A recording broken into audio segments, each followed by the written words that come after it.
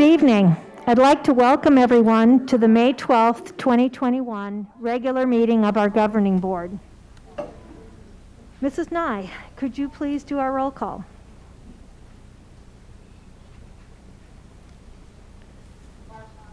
Here. Here. Here. Here. Here. Thank you, Mrs. Nye. Would everyone please rise and join me for the Pledge of Allegiance, and please remain standing for a moment of silence. I pledge allegiance to the flag of the United States of America and to the republic for which it stands, one nation, under God, indivisible, with liberty and justice for all.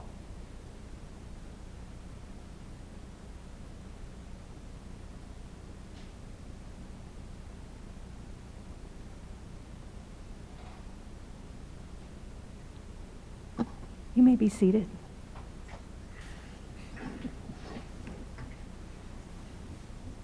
We will get started with a little bit of routine business. Our first item is to approve the minutes of the April 28th, 2021 regular board meeting and the May 6th, 2021 board retreat.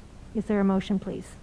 Madam President, I make a motion to approve the minutes of the April 28th, 2021 regular board meeting and May 6th, 2021 board retreat as presented.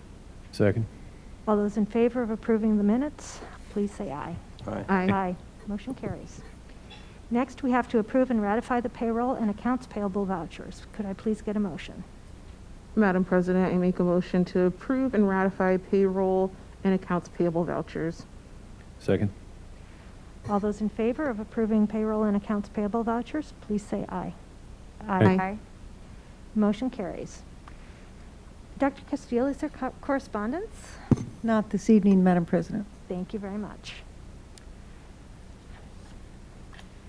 Tonight, the governing board would like to invite the community to join in a special presentation recognizing 50 years of service in the Chandler Unified School District by Dr. Camille Castile. Please join me now while we watch a video highlighting her years.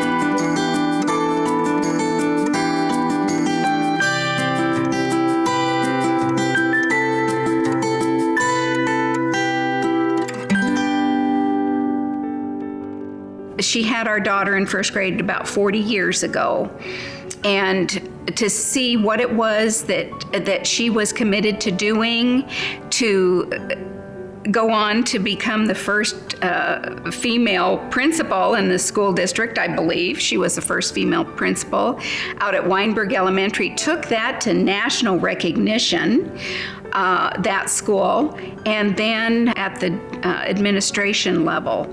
And I know she has always missed the classroom, but she's always made a point of going into classrooms during the year to see the kids and the interaction with the students, because that's really where her heart is. And by being a superintendent, she was able to really affect the whole school district. I'm just amazed at what she has given. She just had that fire inside of her to do this. You have many leaders who are great at getting results. They're hard driving and they have high expectations, and that's great. They're not so good at working with people. And then you have leaders who are great with people, but not so good at driving for results.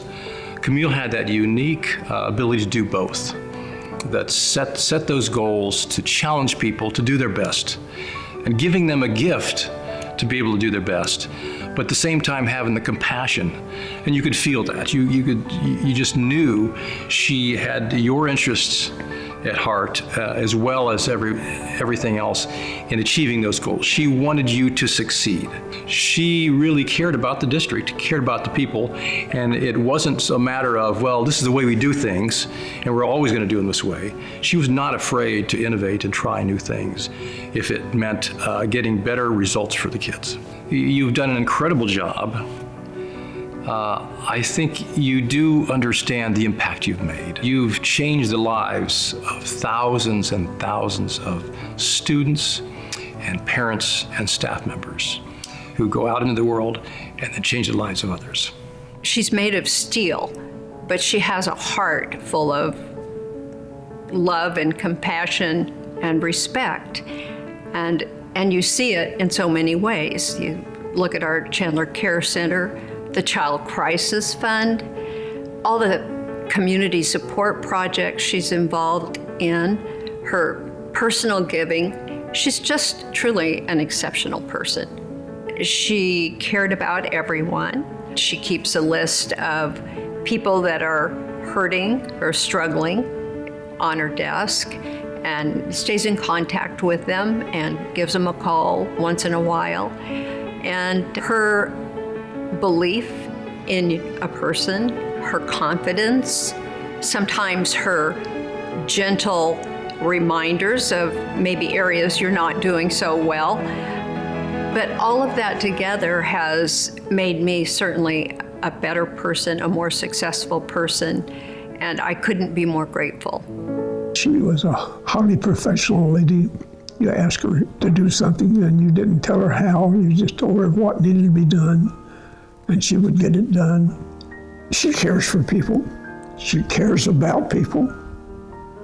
People know that they can trust her, and she has the capability of selecting quality people. I just think I'm not only privileged, but I was lucky to have served with her, not over her, but served with her. Her favorite story was she would have done a lot better as superintendent if it hadn't taken her so long to take care of my mess that I left her. When I started in the district, I think there were 5 elementary schools and 1 high school, of course. And so to watch the growth and how she has worked to handle that over the last 25 years is incredible. And she's really able to stay calm in difficult situations, stay unbiased, really neutral, and help guide people to make good decisions that are in the best interest of children always. But she does it with such compassion. And I know one of her passions is helping children and families. And I have seen her do that in so many ways, over the years. So she was, just such a strong role model for me. And I just thought I'd be a kindergarten teacher all my life. And she really sat me down and told me that she thought I'd be a wonderful principal. And so she helped me along the way, really provided a lot of guidance and mentorship to me. To me, the important thing is that she understands what she needs to keep doing to make Chandler Unified School District competitive. Because, as part of running a business, you have to realize who the competition is and what you need to do to have students want to, and the parents of students to want to attend your schools. And gosh, a lot of companies move to Chandler because of the school system here. I think the thing that really is most impressive to me about Camille is she's not just a great superintendent, she's a great community leader. And besides that, she's just an all-around nice person. I'm not sure I know anyone who doesn't admire and love Castile. And in fact, on a personal note, I would say that she will forever be one of my very favorite people. I would say thank you. That sounds so small with regards to the contribution that she's made to this district, but thank you for dedicating 50 years. You realize the hundreds of thousands of students and families that she has had such a positive impact on. Her legacy is so beyond what anyone would ever dream of having. Just amazing. She's amazing.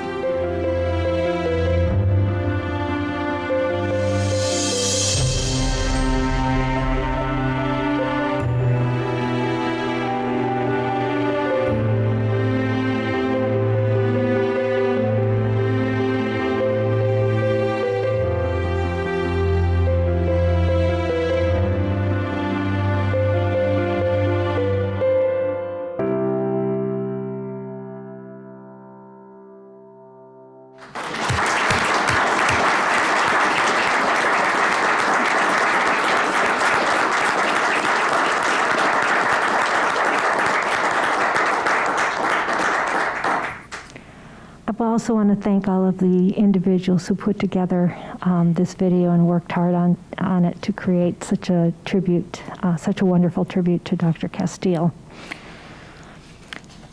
We also have another little special presentation. We have a video of Greg Stanton, who is going to read a congressional record in recognition of Dr. Castile's contribution to the school district, community, and the state of Arizona. Hi, I'm Congressman Greg Stanton, and I want to thank the members of the Chandler Unified School District Governing Board for inviting me to do this presentation in honor of Superintendent Camille Castile. As a member of the United States Congress, one of the best parts of my job is to honor great Arizonans. And one way we can honor great Arizonans is by reading their story, reading their legacy into the congressional record, making it a permanent part of American history so that Dr. Castile's family, friends, students, teachers that worked with her, anytime you visit Washington, D.C., you can visit the Library of Congress, look her up, and you'll be able to read this congressional record that I've put into the permanent record. You can read it and see, and it's a great way to honor this spectacular person. So let me read to you what I introduced into the congressional record to honor Dr. Castile. Madam Speaker, I rise to honor the legacy of Chandler Unified School District Superintendent, Dr. Camille Castile, who is retiring after 50 years of service. During her tenure, she touched the lives of hundreds of thousands of students. As a teacher, administrator, and superintendent, Dr. Castile has been a pillar of our community and a one-of-a-kind leader. She devoted her professional life to ensuring that every student who walks the halls of a Chandler school is provided a quality, equitable, and impactful education, and our entire state is better today because of her leadership. A native Arizonan, Dr. Castile spent her entire career advocating for her students. In 1971, she started as a first grade teacher when Chandler, mostly a community of farms and ranches, was home to just 7 small schools with no air conditioning. Castile spent the next 5 decades with CUSD, including 25 years as the district superintendent, and under her leadership, CUSD became one of the largest districts in our state. There, Dr. Castile oversaw the development of 30 new schools to serve more than 46,000 students who attend Chandler schools every day. For 50 years, Dr. Castile has remained a trailblazer in the Chandler community. She has fought to ensure her students and staff have the tools and resources they need to be successful in the classroom and a safe and caring place to learn. She developed innovative solutions for the challenges that inevitably come with a rapidly growing community and school district. And most recently, she led CUSD through the unprecedented challenges wrought by the COVID-19 pandemic. Her kindness, compassion, and commitment to excellence will be felt by future generations who pass through Chandler Unified School District. Because of Dr. Castile, Chandler students will continue to receive a comprehensive quality education that prepares them for ventures beyond their school days. Arizona owes a debt of gratitude to Dr. Castile. Her devotion to strengthening our community's public education system will be felt long after her retirement. In this spirit of gratitude, I rise today to honor the esteemed career of Dr. Camille Castile and wish her the best in wherever her life takes her next. Congratulations. So that's what I entered the public record, the congressional record in Washington. And I just, on a personal note, want to say to Dr. Castile, thank you for committing your life in service to students. I really believe in public service, and your life is the testament that the positive impact public service can make on a community, on a state, but most importantly, in the lives of individual students. So congratulations to the entire Chandler Unified community, and Dr. Castile, wishing you all the best in your future endeavors.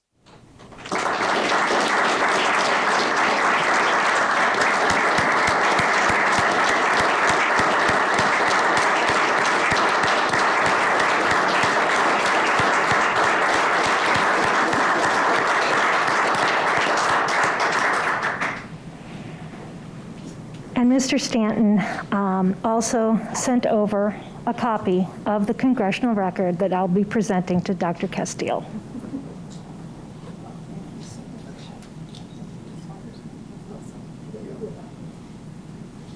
I think they want to see you take that of it.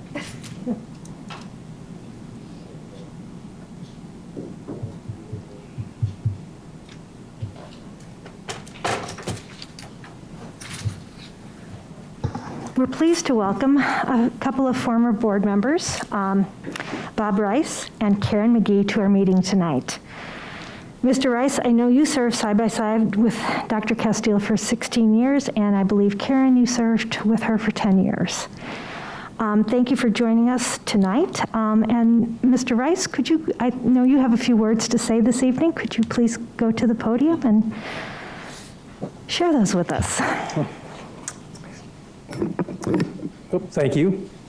Thank you to the board and Dr. Castile. Thank you for the invitation to come and just share a couple thoughts, more thoughts tonight. Boy, the video kind of put it all together, and so I've got about 3 words to say, but I'll stretch it out a little bit more. When I think back of sitting in that office with Dr. Castile for the first time I met her. So first impressions of meeting Dr. Castile. She's intimidating. She's thoughtful. She listens. You feel she's trying to understand your point of view. And she's intelligent. Those are your first impressions of her when you first meet her. But later on, you don't find out until later when you work with her more that she's fair, she's supportive, she's compassionate, as mentioned by every single person on the video. She honors parents' desires, even though it may be harder to manage. She has students bused as new schools and boundaries are set, and she doesn't have to. It costs more money, but it's something that the parents, she feels the parents deserve, and so she makes that happen. And that's not always seen by the public. She has integrity. She honors her word. Again and again, I saw when she would make a commitment and make a promise and things changed, she still honored her word, even though it wasn't easy. You learn that she's completely dedicated to the district, as we all saw. And you learn that she wants all students and staff to succeed. And she takes personal risks to make sure that they do. What's close to my heart, she took a risk on Journey 2020. Things were going fine. She could have said, hey, let's not rock the boat. We got a good district, look at this. But she was the one person who could make it happen. I was just the annoying person.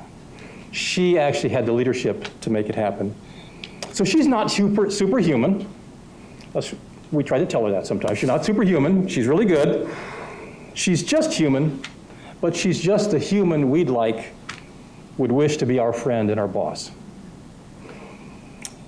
And most importantly, I think it was mentioned by several people, she makes everyone around her better. That's one of her gifts. When Camille believes in you and supports you, you don't want to disappoint her. You will do about anything to make sure, legal, moral, to make sure that you don't disappoint her. You'll build a school in 6 months, for example. Never been done before, but it was done that time because we didn't want to disappoint Camille. She's possibly changed the lives of thousands of people, as was mentioned. And when the average school superintendent spends 3 years in the job, Camille has led the district for 25 years. I don't know, that probably is in the top 0.25% of all the superintendents in America. All of Chandler has benefited from Camille's leadership, whether they know it or not. There will never likely be another Camille in our lifetime. But we were privileged to have known this one. Your friends say thank you. Good luck, boss.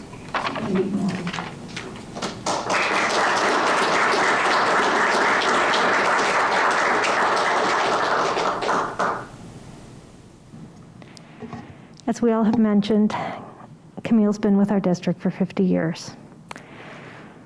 How many people do you know who have stayed at a job in the same company for 50 years? I only know one, Camille. And it is absolutely amazing how dedicated she was, and still is, to the Chandler Unified School District. She dedicated her entire career to this district. And tonight, I would like to award her with our first ever 50-year pen to commemorate her 50 years of service.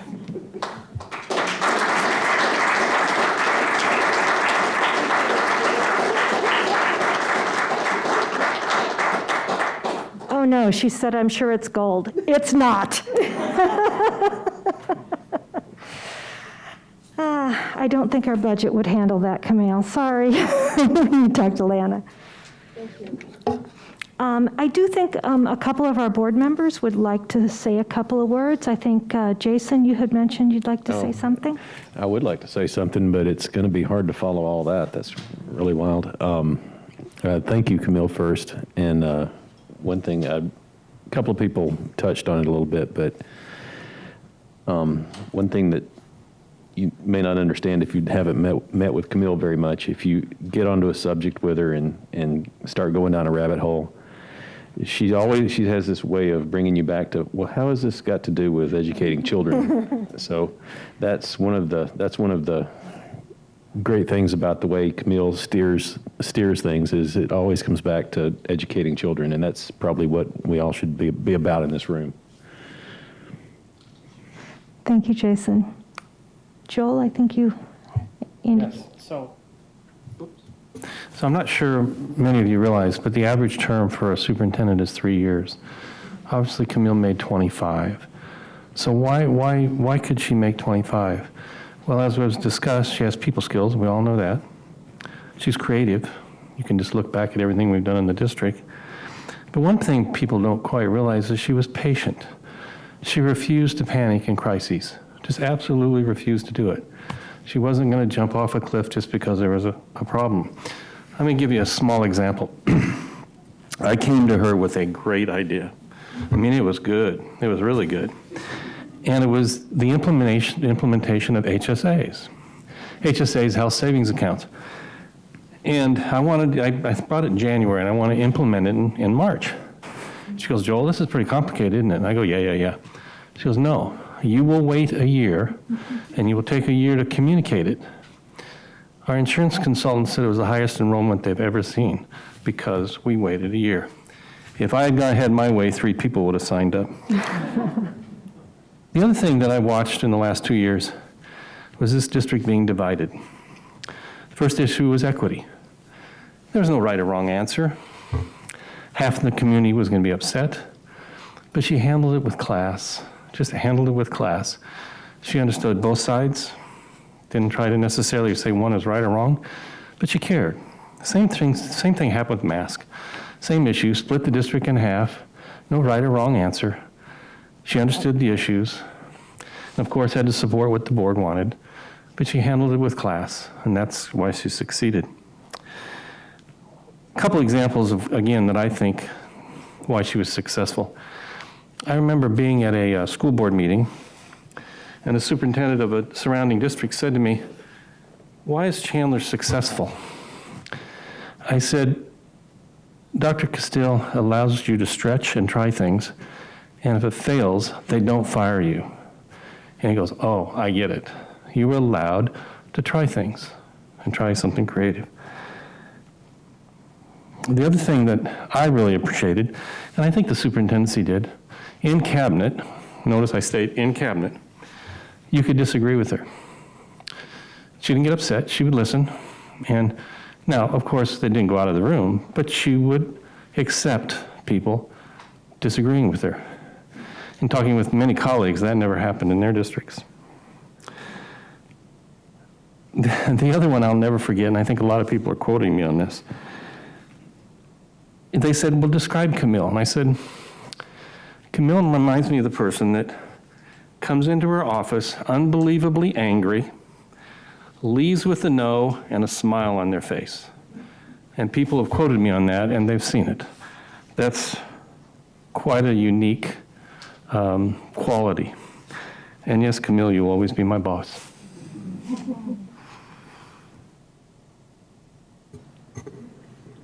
Mrs. Bruner? So I agree with Ms. Mosden that 50 years in any place is, extremely rare. But in education, it is a profession that that kind of consumes your life, and you see many people burn out in 3 or 5 years in education. We see turnover a lot. And so to say 50 years, even in a general business, is, pretty unheard of. But in education, it's so much more, because you give your whole soul, your whole heart to that. And I don't think anyone can say Camille has not given her whole heart and soul in every level of what she's done for students. Thank you. Thank you. Ms. Love? I think I'm the only board member who went to CUSD during Camille's tenure. First grade teacher. I feel like they really try to drive it in that Camille was teaching in classrooms without air conditioning and the 51 years. I'm offended on your behalf, Camille. We could just gloss over that. But my experience in the district, if anybody wants to know why I am the way that I am, blame Camille, because I went to these schools. And I think that CUSD really does cultivate leaders. And I'm very thankful for that, because our district has had a great leader. And that is a testament to Camille, so thank you. Camille and I have bonded over our love of lipsticks. And I promise you, Camille, I'll wear lipstick next time and take off my mask so you can see it. She's got a tremendous love for children and can handle my social work processing of how to support students. Conversations with her, even though they're quick conversations, are supposed to be quick, can be almost an hour long. You just forget that, oh, this is a busy lady and she's got work to do, because she's so comforting and so warm and can diffuse any type of conflict. So, I do thank you, Dr. Castile. You have shown a tremendous passion for this district, for its teachers, leaders, and future leaders, our students, and I'm forever grateful for you. Thank you.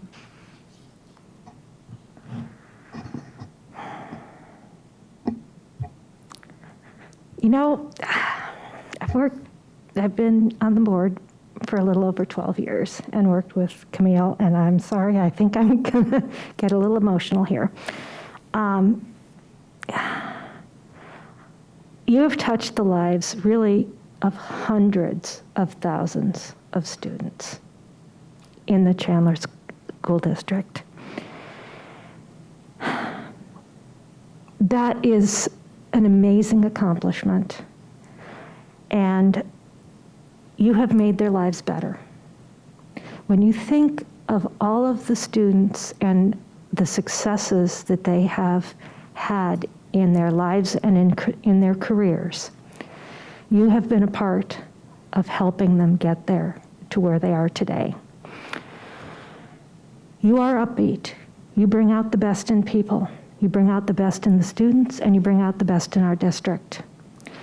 And those successes are truly your legacy here within the Chandler School District. And I thank you very much for all of your work and your dedication to Chandler Schools. Thank you from the bottom of my heart. And now, Camille, if you want to say a few words, this is your time. I changed my mind. No, I'm just teasing. Yeah, I've been asked how I made the decision, and two things.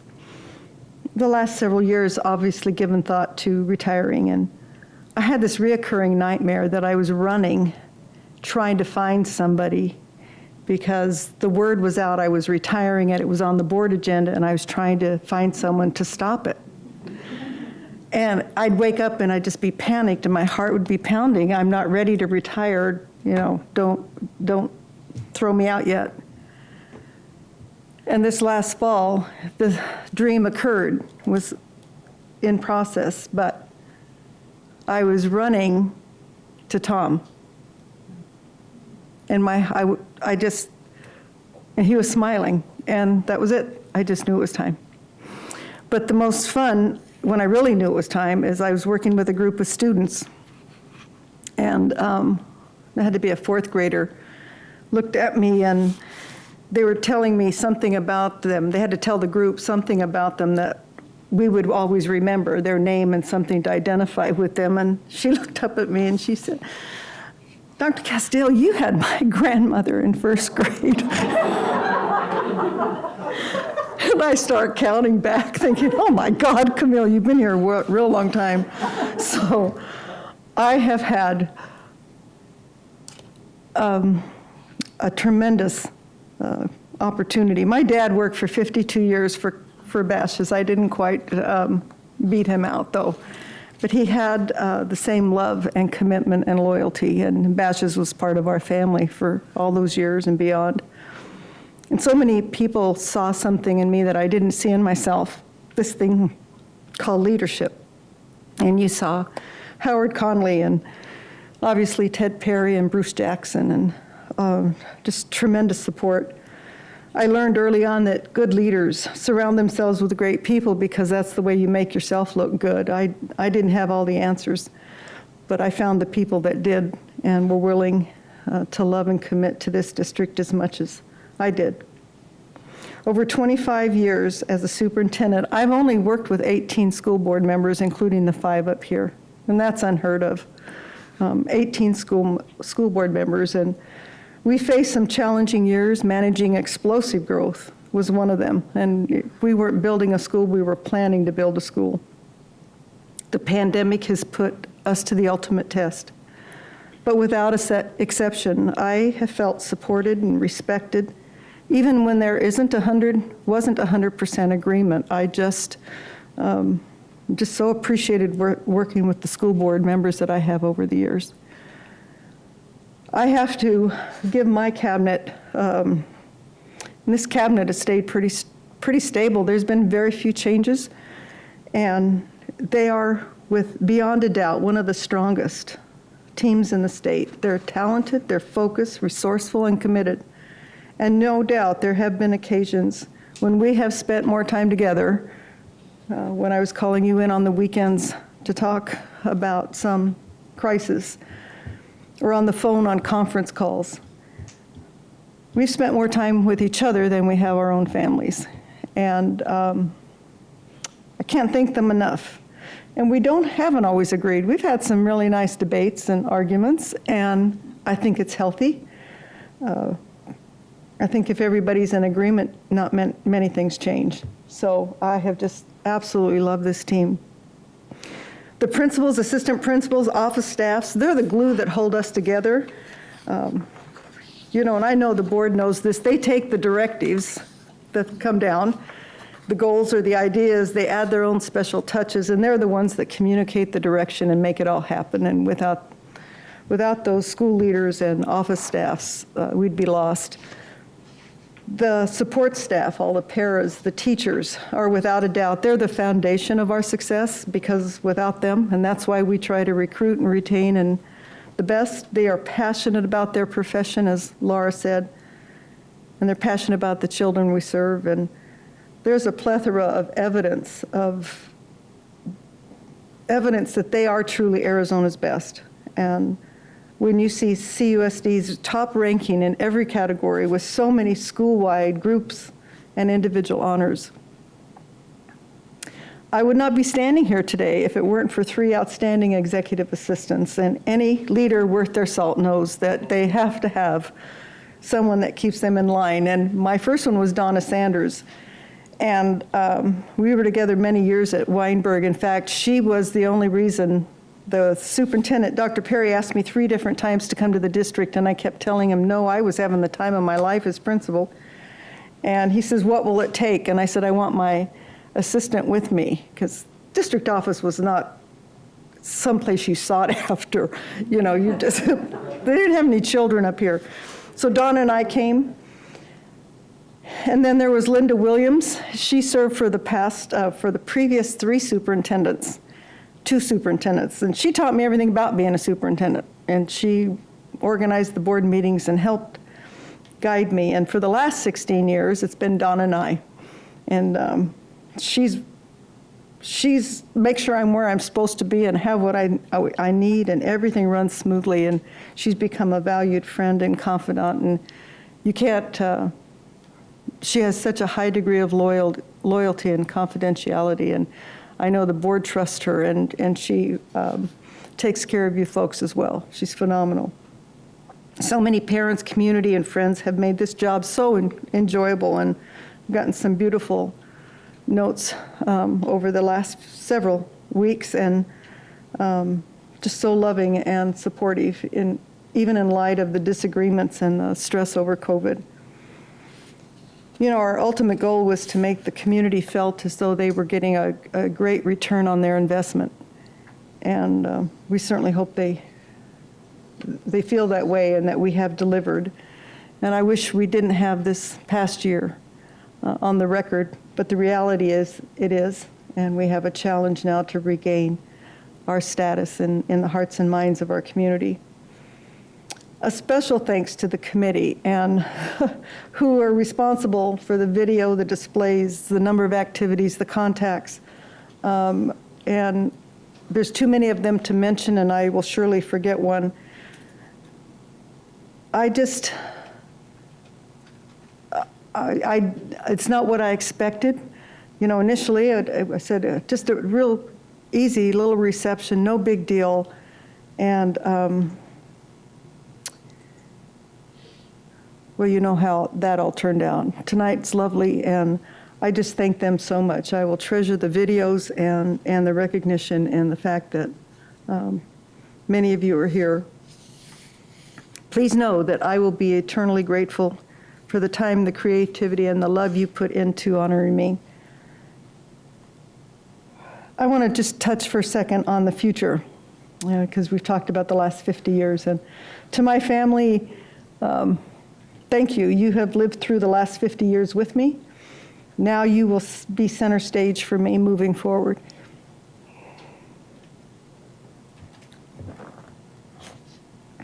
I look forward to more time, not being rushed or preoccupied, and being there to support each of you as you have me for so many years. And my brother Bill, his wife Andy, my My sister Cheryl, her husband Bill, my sister Michelle, her husband Bill. We have Bills. My dad's Bill, or was Bill. And my daughters Tawny and Carrie, and a whole group of nieces, nephews, and grandchildren. And I'm looking forward to being there, more present for you. Many of you know my husband Tom, and we celebrated 50 years of marriage a few weeks ago. And we, Tom and me and CUSD, have been together on this entire journey. And CUSD was there all the time. He's been my strength and my supporter, my friend, my love. And you know, when you needed a safe place to vent, well, Tom knew just when to listen. And he never made me feel guilty. He never said, you have another meeting or you have to go. In fact, any event other than a board meeting, he would be willingly attend. He attended events and activities, sitting through banquets, celebrations, athletic events, drama productions, parades, and he even worked the booths at carnival booths at Weinberg. My retirement will be an adjustment for him, and not just how you think. He's taken such pride in CUSD, and those of you that know him, he corners you and starts talking. He's taken such pride in my tenure, and he shares with anyone who's willing to listen that I'm the superintendent of Chandler, and goes on to list all the great things about Chandler schools. And I haven't figured out what he's going to tell people he meets in airports and grocery stores and restaurants, and I guess he'll just say, this is my wife, Camille. She used to be the superintendent of Chandler. So we are looking forward to being a little bit lazy and just kind of regrouping. In closing, my heart, I know in my heart that the time is right. And at the same time, I know that packing up that office will be incredibly difficult. But I take with me so many beautiful memories, and I am so grateful for all the opportunities and support so many have given me. I couldn't have done it without the support. Most of all, I am thrilled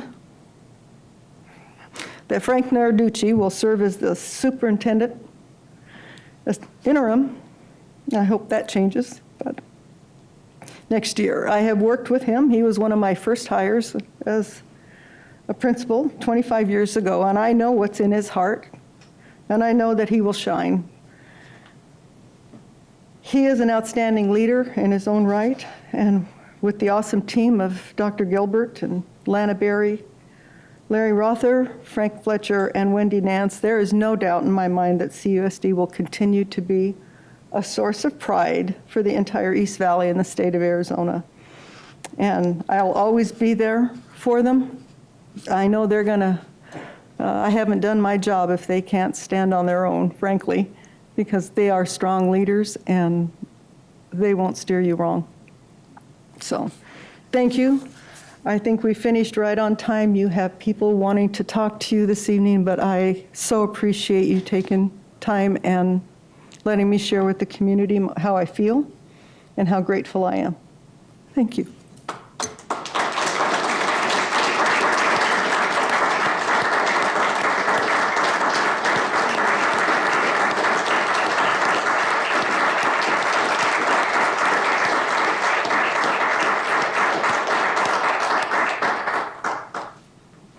Thank you, Dr. Castile.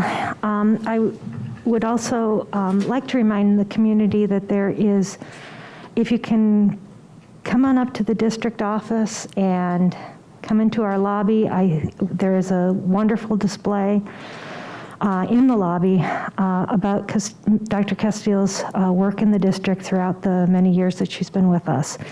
And it's a wonderful display, and I'm not sure how long it's supposed to be there, but I'm sure it'll be there at least till the end of this month. June 1st, okay. So if you have some time, please step down to the district, or come on out to the district office and come see it. So next, we're going to move on to our student body president comments. And we have two students here tonight, one from Castile High School and the other from Chandler High School. We'll start with Castile High School, Ellie McClure.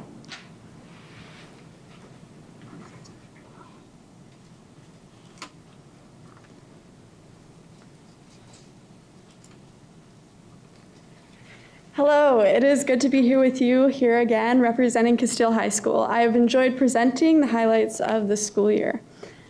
Our Castile 2021 student government motto, All in This Together, has helped guide and shape our year. This motto has been at the heart of our activities, service projects, and events on campus. It has helped us focus our purpose to live the 3 C's of Castile, which are courage, character, and commitment.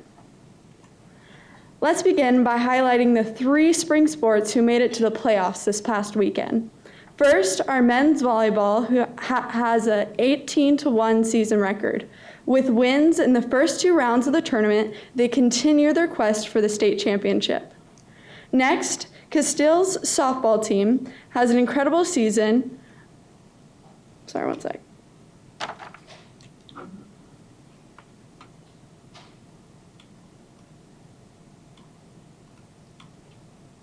I don't know where the pictures went, but it's okay.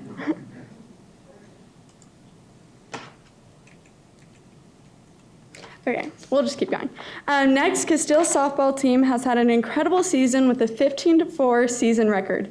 They entered the playoffs as a strong contender and had their second playoff win last night. And finally, Castile's baseball team has had a winning season with a record of 11-7. They won their second playoff game, beating the #1 ranked team to advance to the next round. It is an exciting time on campus with 3 of our sports teams competing in the state playoffs. Good luck, Colts.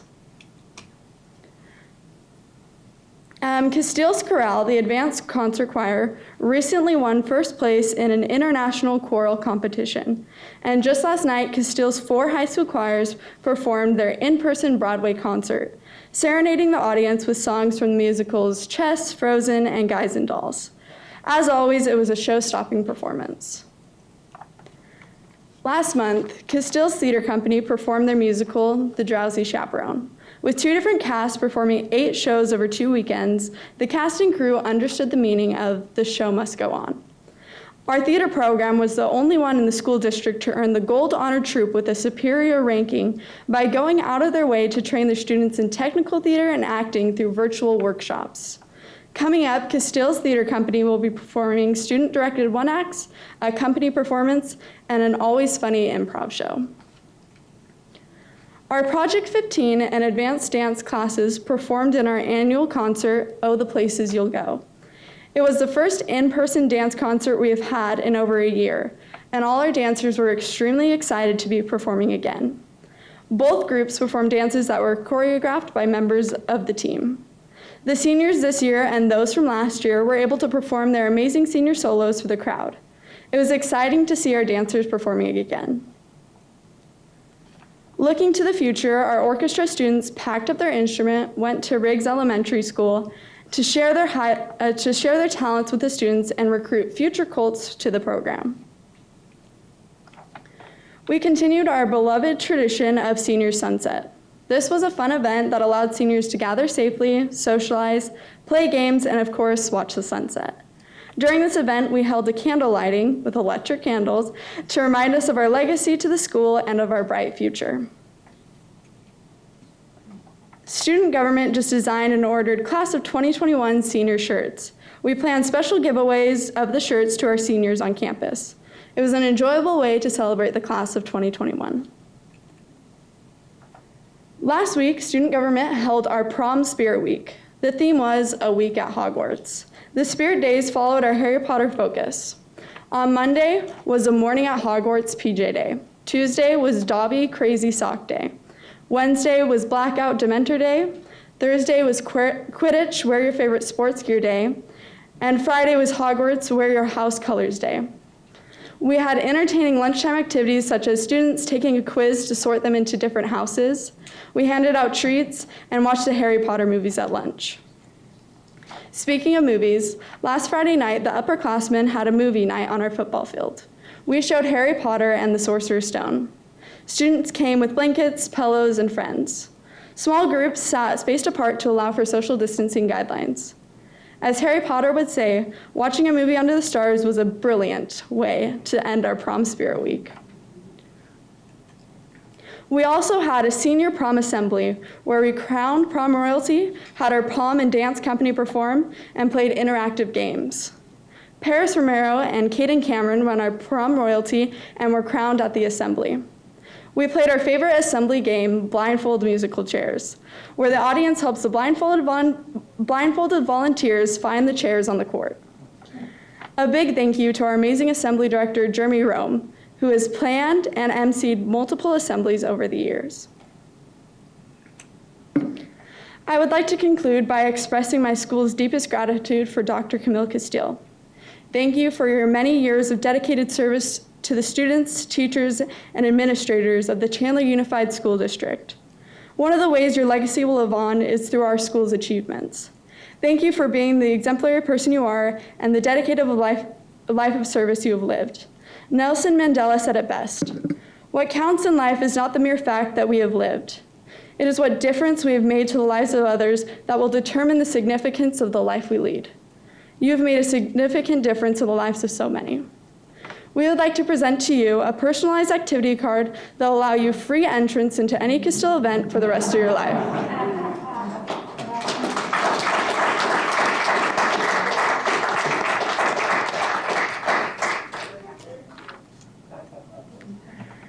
Thank you, board members, for supporting Castile High School. This year has brought unexpected highlights and challenges as a student body president. One thing I have learned is that a successful leader adjusts and adapts quickly. It has been an honor to present to you. Here is a small treat for each of you to express my appreciation for your service.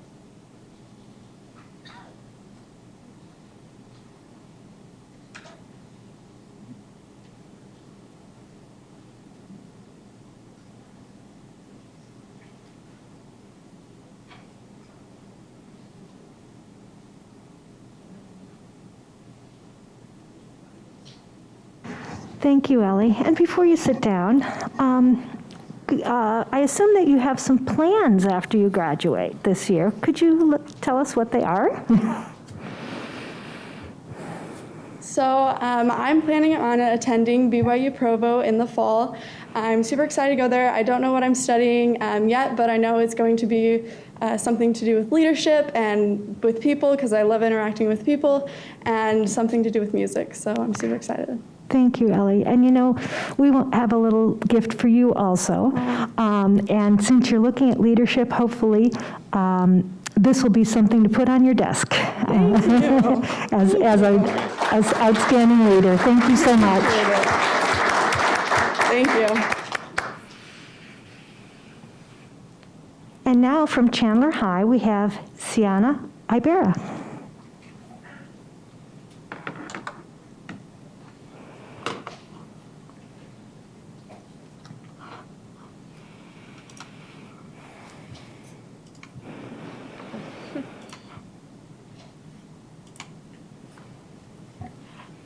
Hello, thank you guys for having me. I just want to say that, wow, like how is it already May? I feel like I just here not that long ago and we've already done so much. Alrighty, so for our student council update, coming up on the last day for our seniors on the 21st, we have our senior celebration. There's going to be a movie on the lawn, senior sunset, arcade games, food trucks, and even inflatables.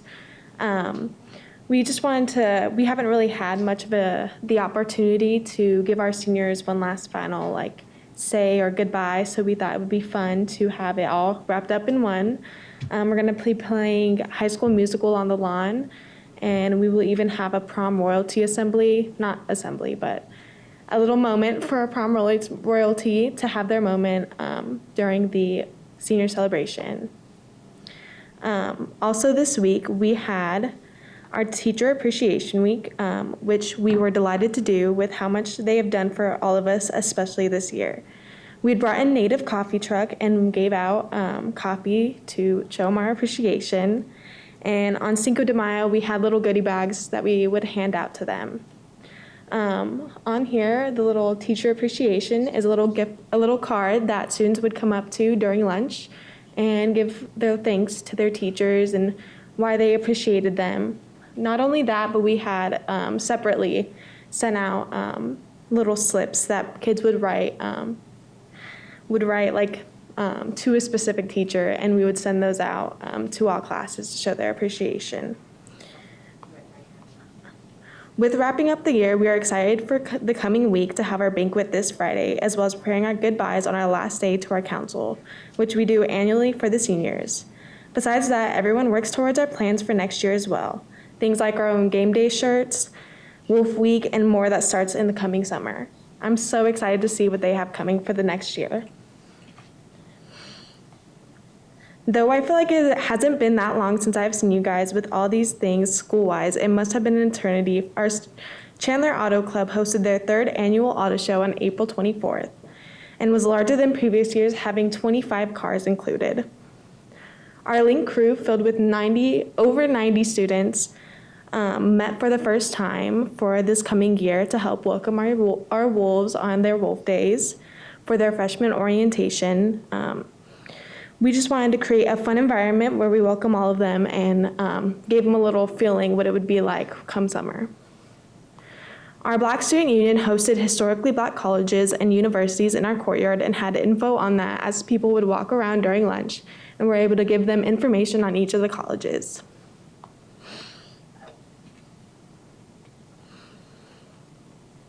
We've also had 201 of our students tapped into NHS this year, and we were able to recognize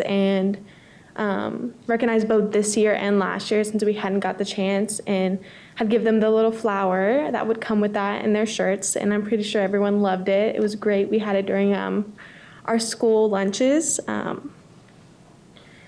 Also with that, we have one of our very own was in the CHS Rotary speech contestant. Her name was Imani Davis, a junior at CHS, participated in a 4-way speech contest representing from CUSD high schools. They all gave 5 to 7 minute speeches on the same topic and is proud to have her as our representative. Not only that, but our FFA participated in their district convention and brought home 26 medals, which I don't know about you, but that seems like a great feat. And pretty proud of them. I just want to say congrats to our theater program, to an amazing show, and I'm so proud with all that they have done this year. They put on our production of The Little Mermaid, which I feel like I've been waiting for years. Right before winter break, they had announced it, and I feel like it was an amazing show. I loved it. Our APAC company also hosted a virtual presentation that they would send out to elementary schools because they didn't have the chance to go themselves.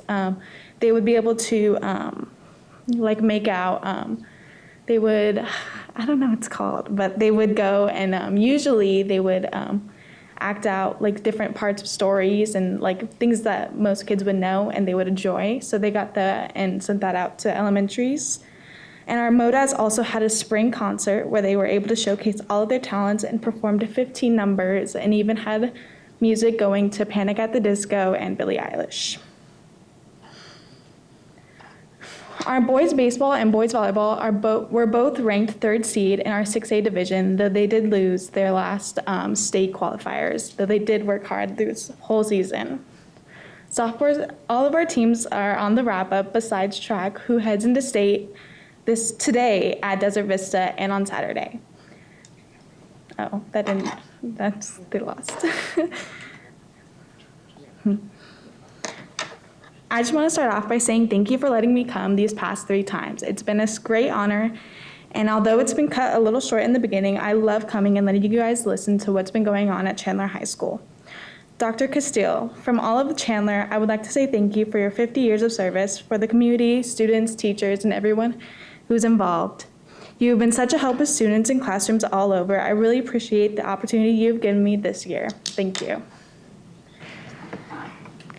Thank you, Sienna. We appreciate it. So now that graduation is impending here, what are your plans after graduation? I'll be heading over to ASU and majoring in nursing. Oh, wonderful. Well, I'm not sure whether nurses typically have a desk where they're at, but they might. But we also have a small gift for you so that you can remember your time with us by a small plaque that you can have on your desk with your name. So thank you so much for joining us and letting us know about what has been going on at Chandler High over these last few months. We appreciate it. Thank you. And good luck to you.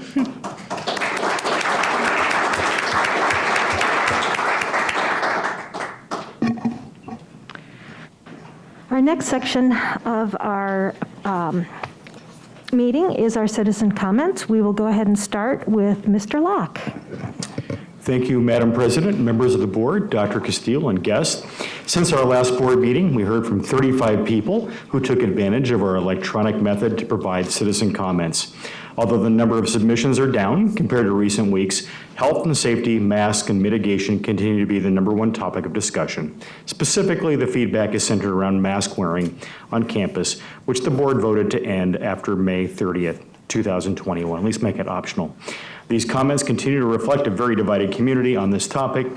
Other comments submitted are categorized by extracurricular activities and graduation, cancel retirement celebration, curriculum, models of instruction, governing board communications, superintendent search, childcare site change, and thank yous to the governing board. Submitting comments electronically provides our governing board members time to read and prepare prior to the meeting. This format also provides the board an opportunity to ask clarifying questions to the administration. You have the submissions verbatim for your consideration. They are also available on the website for public review. Thank you, Mr. Locke. And at this time, we do have time for the public to comment. Members of the board may not discuss or take legal action on items that are not specifically identified on the agenda. Therefore, pursuant to ARS 38431.01H, action taken as a result of public comment will be limited to directing staff to study the matter, responding to any criticism, or scheduling the matter for further consideration and decision at a later date. So our first individual is Hazel Mortensen. Hazel? Hello. My name's Hazel Mortensen, and I'm in 3rd grade, and I go to Auxier Elementary School. I don't like wearing the face masks, and I feel like I suffocate when we have to put our face mask on when we have to line up. It gives me headaches, and I have an itch behind my ear, and it hurts from the elastic. I feel like I'm trapped behind the mask. I want to smile and see my friend smile. The face mask changed my face because I don't really smile. I'm a happy friend, and let me show it. Please listen to us and kids. We don't like wearing the face masks. Please gives us the freedom to choose. Masks ruined my childhood. Thank you. Thank you, Hazel. Our next individual is Sophia Mortensen. And I do want to remind everyone that there is a 2-minute limit based on the number of people who are interested in speaking tonight. Sophia? Hi, my name is Sophia Mortensen. I'm a current 8th grader at Castile High School. Something I would want to mention to the board is about our students' mental health. I can guarantee you that I'm not the only one when I say this, that students' mental health, due with all this, the face masks, and everything that's been going on has taken a toll on our mental health. Again, with the CDC coming out that that children 12 and up are allowed to get vaccines, I ask that please do not mandate this for students, for as I don't want to be forced to take a vaccine. Another thing is education.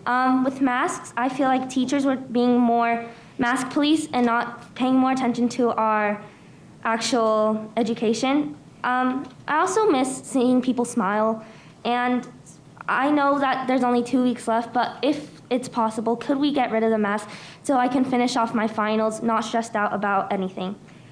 Please listen. I know it's hard to understand, but please listen to us in our voices.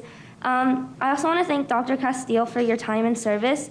I have been a member. I have gone to a CUSD school since first grade, and I have loved it. Thank you. Thank you, Sophia. Monica Mortensen.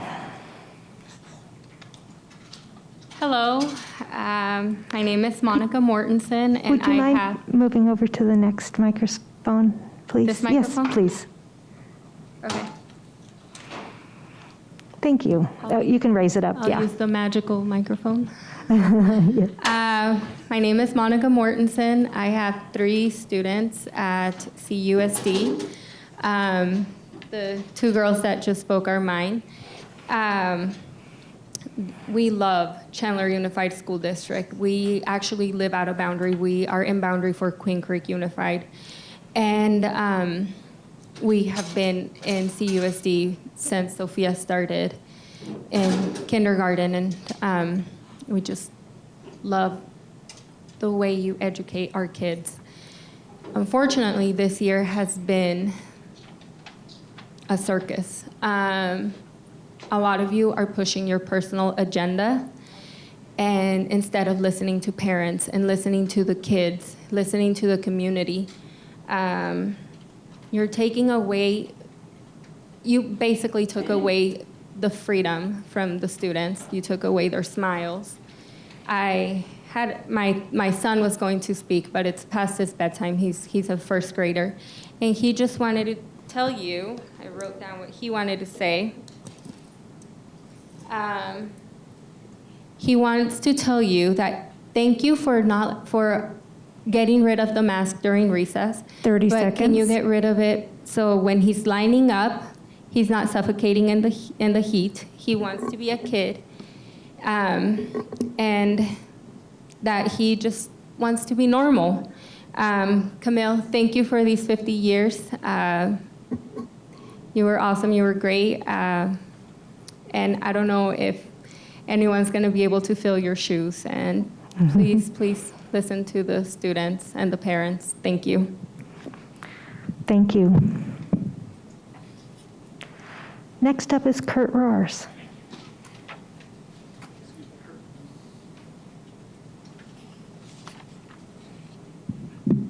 Madam President, Madam Superintendent, staff, and board members, my name is Kurt Roars. I'm a parent in this district. Come here this evening to address the board and staff members on parents in the classrooms. It's come to our attention that certain administrative staff and teachers do not agree with the parents' rights to direct what is taught to their children in classrooms. Some of the tactics employed to avoid this legal restriction include a don't tell your parents admonition during classroom discussions of controversial subjects. Please note that this is the same language abusers use when luring children into other pernicious situations. Another public tactic is to hide objectionable material in curriculum or renaming curriculum in order to obscure the true intent and mislead parents who may object to these materials. This indicates a deliberate contempt for parents' legal rights to raise their children and is a direct conflict with ARS Title I, Section 602. I quote, all parental rights are reserved to a parent of a minor child without obstruction or interference from the state, any political subdivision of the state, or any other governmental entity or any institution, including the district, including number 1, the right to direct the education of the minor child. A reminder that teachers' discussions with students are not protected free speech that other individuals, including the students themselves, enjoy. Expected that the district keep activist teachers under control and restrict their personal comments and opinions when addressing our children who are vulnerable to their influence and authority. This summer, the district should 30 seconds. demonstrate effective training for teachers regarding proper and improper communication with students with due deference to parents' statutory rights. Students should not be restricted but encouraged to record teachers' comments in the classroom so that parents may review them. This is known as collecting evidence that school administrators insist upon when reviewing complaints. The district must demonstrate serious consequences for duplicitous and recalcitrant teachers who refuse to abide by district guidelines. Time.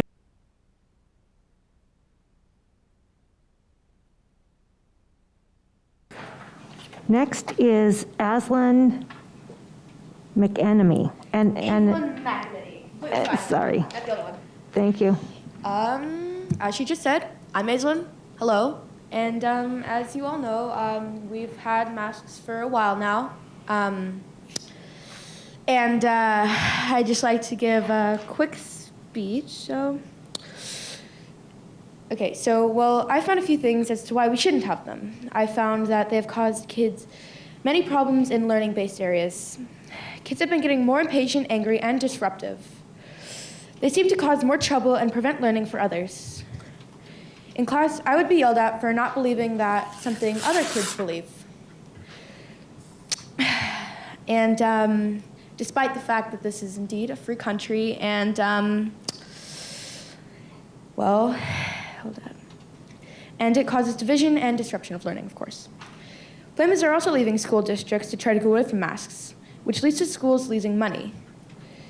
Kids, including myself, are also struggling with things such as anxiety, depression, and trouble opening up to others. I can indeed respect children who are wanting to wear the masks and others who are not, such as myself. I've also noticed that kids get sick more often as wearing the masks because as the human body is not supposed to breathe in as much carbon dioxide. And, well, thank you for having me here. Yeah. Thank you. Appreciate it.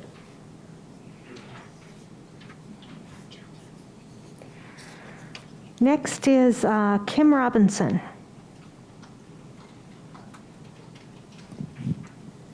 Good evening. My name is Kim Robinson, and my kids have been a part of the Chandler school system for many years. In fact, my husband and I bought our house specifically to be in the district.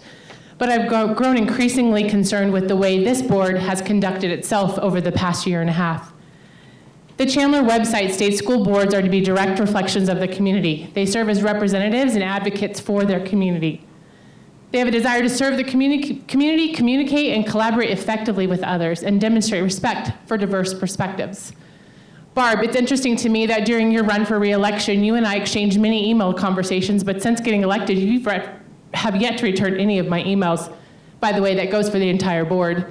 Laura, last year we watched the live stream of the hours of presentations and recommendations from the Arizona Department of Health from your assistant superintendents. This was a time for you to listen to the recommendations, hear, and learn. And what did you do? You brought a pre-written speech already telling us that you were voting no to keep our children at home. What a colossal waste of everyone's time and effort. Ms. Love, you continuously say online and in your speeches that those of us that are white that disagree with you are racist, using our white supremacy and disrespect you. Just because someone disagrees with you does not make them or any of those things. And if you want to be respected, learn to treat others that have a different opinion of you with respect.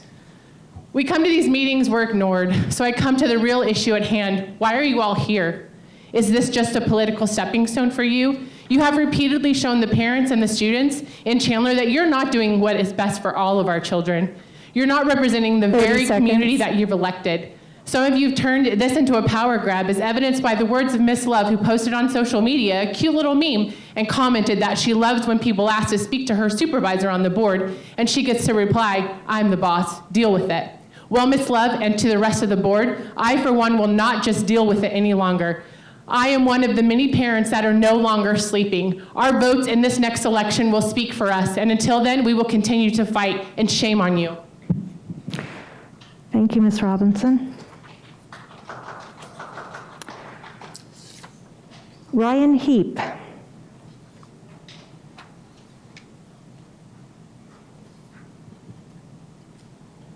Hi, name's Ryan Heap. It's my third time here.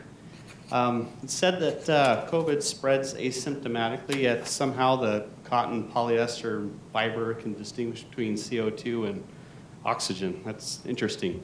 You know, I wear a mask upon entering a restaurant, but as soon as I sit down at the table and the invisible COVID shield drops behind me and I'm now protected. Curious. You know, I stand the TSA line separated by 6 feet, but then I can unmask upon entering the plane and I'm crammed in like a sardine like we always are, and I share the same recycled cabin air. Strange. Athletes playing sports can sweat, bleed, sneeze, cough, and more on each other, but my son at Castile can't perform with his choir without a mask. Peculiar.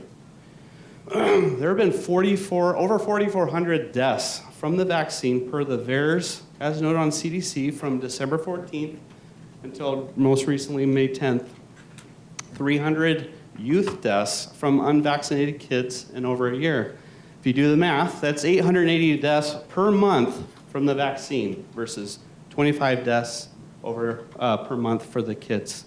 That's 3,420% deaths from the vaccine, and you're talking about goals for vaccination, Ms. Bruner. That's disgusting. You do not need to enforce the mask mandate. Staff can get the vaccine. Kids can learn remotely if they're afraid. But my kids, 30 seconds. with healthy immune systems are forced to breathe their own carbon dioxide. They're forced to ingest their own bacteria. You don't have the long-term data on what masks do. You've already heard from many kids about how they don't want it, but you won't listen. I just ask you stop pretending that teenager suicides are not related to this pandemic.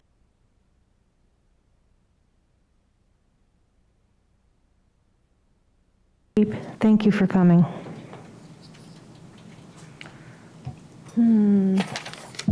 Next is Nicole Hammontree. Thank you. Board, thank you for letting me speak today. My name is Nicole Hammontree. And tonight, I'm really not speaking to you. I'm speaking to the parents of CUSD. It's time to open your eyes and see just who is on this board. Please do yourself a huge favor and go look at Lindsay Love's Facebook page. You'll get a great read. It's wonderful. It's quite entertaining. There's some of her friends, Amanda McDaniel, Laura Lawless, and our own Katie Nash, who is a teacher here in our district. And I'm just blown away. No, I get my time. I can you pulled my name out personally. They have attacked me on Facebook. A teacher in the district. Anyway, it's disgraceful, and I don't believe she should have a job anymore. It gets better. Who is teaching and leading our children?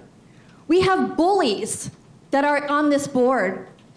You are elected to serve your community. You are not elected to call them out. You are not elected to judge them. You are not elected to be all things to all people. You are elected to serve the needs and the wants of the community, not your own. Whew. This is not behavior that you would think would be from board members. It's not professional. There's nothing professional about what Lindsay Love does, not just to myself, but to other people, other parents in this district. 30 She seconds. has doxed parents several times, and we're done. Parents are fed up with this. Unmask our children, let them breathe their air, and stop making them miserable. 2 suicides. Are we going to go for a third? Thank you.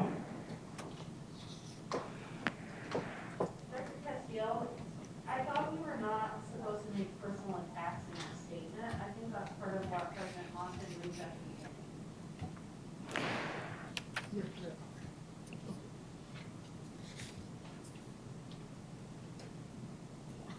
Jason Vermeer. Thank you.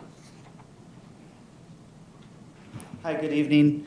My name is Jason Vermeer. You can contact me through Telegram at Jason V Stands Up for Kids or through Arizona Stands United. The public school system only cares about power, money, and control. They do not care about kids. You have lost our trust. Now today, you're trying to be transparent. It's too late. Parents, we need to find alternatives. Private, charter, online, homeschool. Hit the public school system where it hurts, in the pocketbook. 2,400 less kids in Chandler and 1,600 less in Gilbert this year alone. Good job, parents. Keep it up. Keep taking them away. If you have to stay, let's start a Standing Up for Kids movement or a union. Parents, grandparents, aunts, uncles, anyone, I encourage you to join any of the groups that I list and any that I might have missed. Let's be part of the solution. Ask these groups, how do we stand up for our kids and how do we unite? Also, how do we volunteer and help with solutions? This is not about Democrat, Republican, Independent, Patriot, or Tea Party.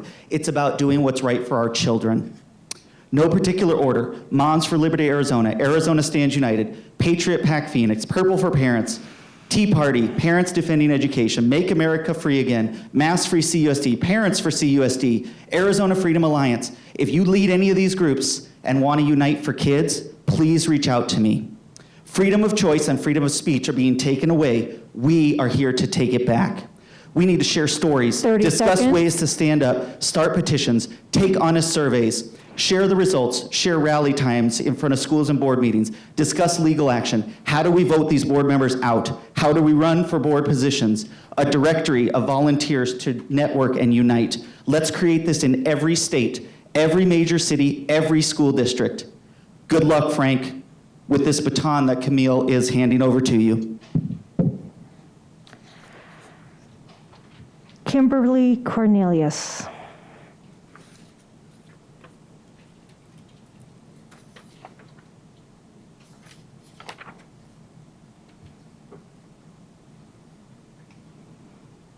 Is Kimberly Cornelius available? Okay, we will move on. Brianne Hamilton is also not here. Stephanie Murphy.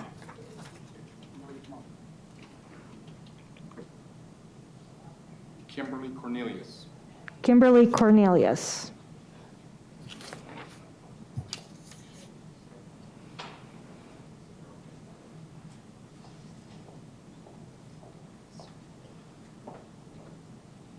Hi, my name is Kimberly. Just get this up if I can.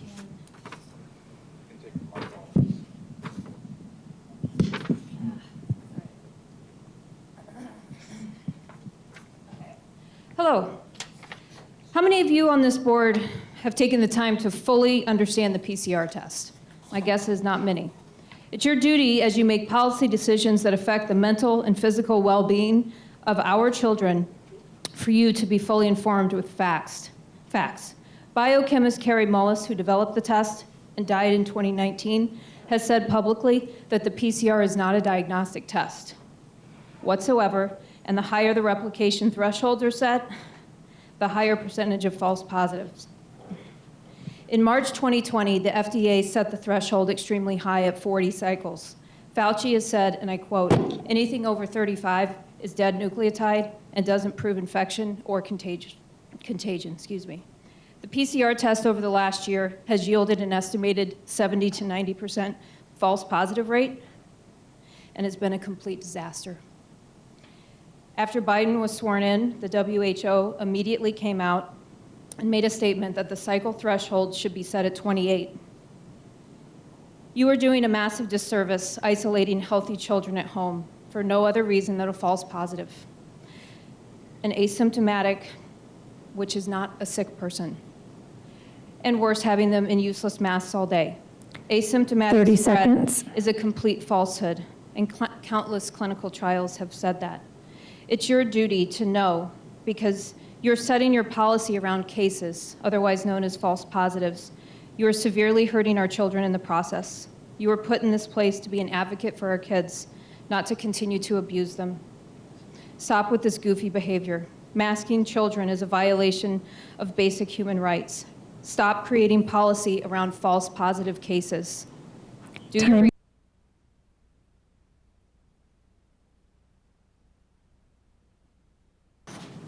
I will go back. Is Stephanie Murphy available? Okay. Too high, Kurt. We're back down here again. Thank you for accommodating. Hi, I'm Stephanie Murphy, and I'm here to advocate for my kids. I can no longer stand by idly and watch the school board harm my children. The CUSD website says that the board members are to work to maintain high levels of excellence in education. That's your job. If the school board's purpose is to maintain high levels in excellence of education, then why is the school board making healthcare decisions for my children? In the great state of Arizona, parents' rights are protected. ARS 1601 states that the liberty of parents to direct the upbringing, education, healthcare, and mental health of their children is a fundamental right. It goes on to state that any political subdivision of this state or any other governmental entity shall not infringe on these rights. ARS 1602 goes on and it defines the parents' rights in further detail. This board does not have any higher authority than children's parents. As of today, CUSD reports that there are 14 cases out of the over 42,000 children, and it puts the percentage at 0.000328867. How much closer to zero do we need to get? Put a number on it. The decision needs to be rational and defined as a goal. For the betterment of our children's mental and social health, parents of CUSD high schools held proms. Cases have decreased despite all of the proms where students dance the night away without masks. Stop following your feelings and make masks optional. Let families make healthcare decisions for their own children. Students should be given the option to choose. My body, my choice, right? 30 Or is it only when it's seconds. convenient for you? The CUSD website also states that personal comments of board members do not represent the official position of the district. However, there is a board member here whose social justice background is affecting a driving force on the lives of our children. A board member's personal political agenda has no place in our classrooms. We parents are here to protect our children and will disrupt those who infringe on our parental rights, especially board members without children or children in the district. This board has no place to force vaccines on our children. Parents, disrupt and advocate for our kids. Thank you. Is Brianne Hamilton here?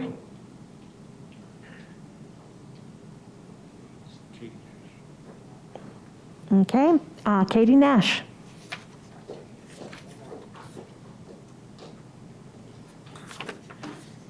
I promise mine are going to be lighthearted. So one thing that Dr. Castile did not want at her retirement was a roast, and I promise this will not be a roast, but it is sprinkled with jokes. For the last year and a half, I've had the pleasure and honor to work with Dr. Castile as CEA president, and another year or so in another teacher leadership role, specifically Red for Ed. We quickly bonded through humor and paparazzi-like experiences. While we don't always see eye to eye on everything, we both want what's best for students and staff. We meet weekly to talk about everything under the sun. I've had the unique opportunity to have Dr. Castile's ear and push back or advocate on behalf of teachers. It's not always easy to tell the superintendent that you would disagree with her. Trust me, she can be pretty intimidating. Getting a text message from her that we need to talk still scares the insert your cuss word of choice here out of me. But she listens and writes down things that I am concerned about or want to work on. Sometimes she even picks up the phone in the middle of the meeting to call to take care of it. After months of meetings, one day she jokingly said, "When will it ever be enough?" I laughed and said, "Never."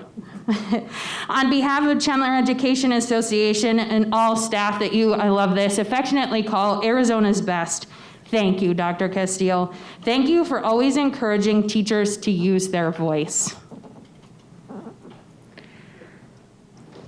Thank you, Katie. Thanks to everyone who came to express their opinions this evening. We appreciate it. Now we will move on to our consent agenda. Dr. Castile. I guess we are going to get to some board business here.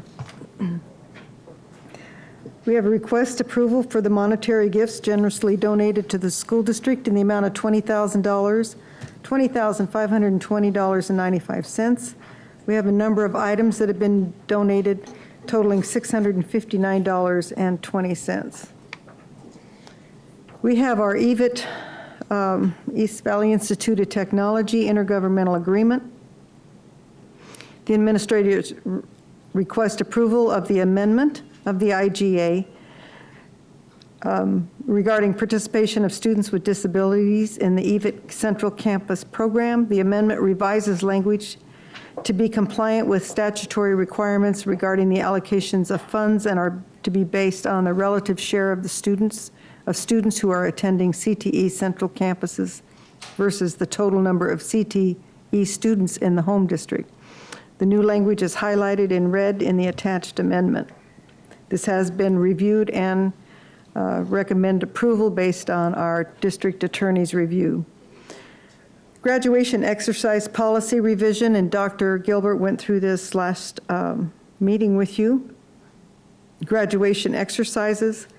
An act relating to local governance of schools was approved by the governor and filed in the Office of Secretary of State on April 20th, 2021 as an emergency measure that is necessary to preserve the public peace, health, and safety, and is operative immediately as provided by law.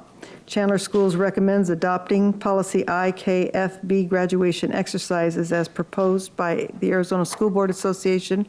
This information was put out and all our schools are complying. We have a number of, we have some secondary courses in CTE, and that's career technical education, and extracurricular fee schedule. The board recognizes the need for student fees to fund certain school activities that are not financed by local, state, and federal guidelines. No student will be denied an education as a result of the inability to pay these supplementary charges, and there are provisions that the principals may waive fees with economic hardships. Secondary course and extracurricular fees, course fees, are highlighted in red, have minimally increased an average of $3 and some up to $25 from the previous board approval of fee schedules. ACP high school added course fees were mainly due to courses being added or expanded for the new campus. The extracurricular activity fee schedule is also presented for approval. However, there are no changes in the fee schedule. My World Interactive Geography Spanish survey materials are designed to teach Spanish language and world history to students participating in the dual language immersion 7th grade world history course. The package include an online learning system classroom license for a maximum of 40 student seats and 1 teacher license for 6 academic years. The total cost is $4,457. Includes materials, online licensing, shipping, and taxes will be funded through the district textbook budget. The Interactive Geography Spanish survey resources are published by Savas and will be used in the dual language immersion program. These materials have been on display as required by law. There were no comments and we are recommending approval. Early childhood education textbook and digital resource adoption. The last CUSD early childhood education adoption was in 2006. The Arizona Department of Education updated their standards in 2016. We recently moved to an early childhood education textbook adoption process. 4 of the 5 early childhood education teachers reviewed and evaluated all textbooks submitted by the publishers. The committee is recommending the following 2 textbooks and their digital resources to move forward with the textbook adoption. Early childhood education, child development, early stages through age 12, early childhood education working with young children by Goodhart and Wilcox. Both textbooks and their digital resources include the following: printed student textbook, online learning, printed instructor edition, online instructor resources. The cost of the 2 textbooks and their digital resources is $78,781, and the material has been on display at the Melinda Romero Resource Center for 60 days. There were no comments. Medical Professions Textbook and Digital Resource Adoption for our Nursing Services Career Technical Education Program. The last CUSD early childhood education was in 2017 to stay in compliance with the Arizona State Board of Nursing. The current textbook may not be older than 5 years from the date of publication. So we are recommending the following textbook to move forward in the textbook adoption process: Medical Professions, The Nursing Assistant Essentials of Holistic Care by Goodhart Wilcox. The cost of the textbook and their digital resource is $17,239.36. It also is funded through the district textbook budget. These materials have been on display for the 60 days public review, and there were no comments submitted. High school number 7, or now our Arizona College Prep library books and Apple computers. We're requesting approval from the board for the startup library book order and the Apple CTE lab to be purchased for ACP for a total expense of $344,411.44. The list of books and Apple quote is provided. Items followed all procurement rules and guidelines. We have also attached the salary schedules for 2021-22, the employee contracts for employees at will, term of employment, and exempt status employees, and finally, the human resources regular packet, employment separation, and compensation. Recommend approval of the consent agenda as provided. Thank you, Dr. Castile. Could I please get a motion for approval of the consent agenda? Madam President, I make a motion to approve the consent agenda as presented. Second. All those in favor? Can I, Hang on. can I just ask a real quick question? Yes. On these, the EVIT thing, was that just because the percentage is kind of up in the air right now? It might not be 10%. Lindsay, did you hear that question, hon? The EVIT, is it Lindsay or Lana's just getting ready? Oh, sorry. No, sorry. So the EVIT, that was actually brought down, that we had to change it from the attorneys that the ADE had actually hired. And originally we had it, our EVIT, it was like long time set that it was like a 10%. And they found that that was not legal for them to do. So that's why it had to be changed. Thank you. Okay. So all those are there any other? Okay. All those in favor of approving the consent agenda, please say aye. Aye. Aye. Motion carries. Our next is the school district annual expenditure budget, revision number 3 for fiscal year 2021.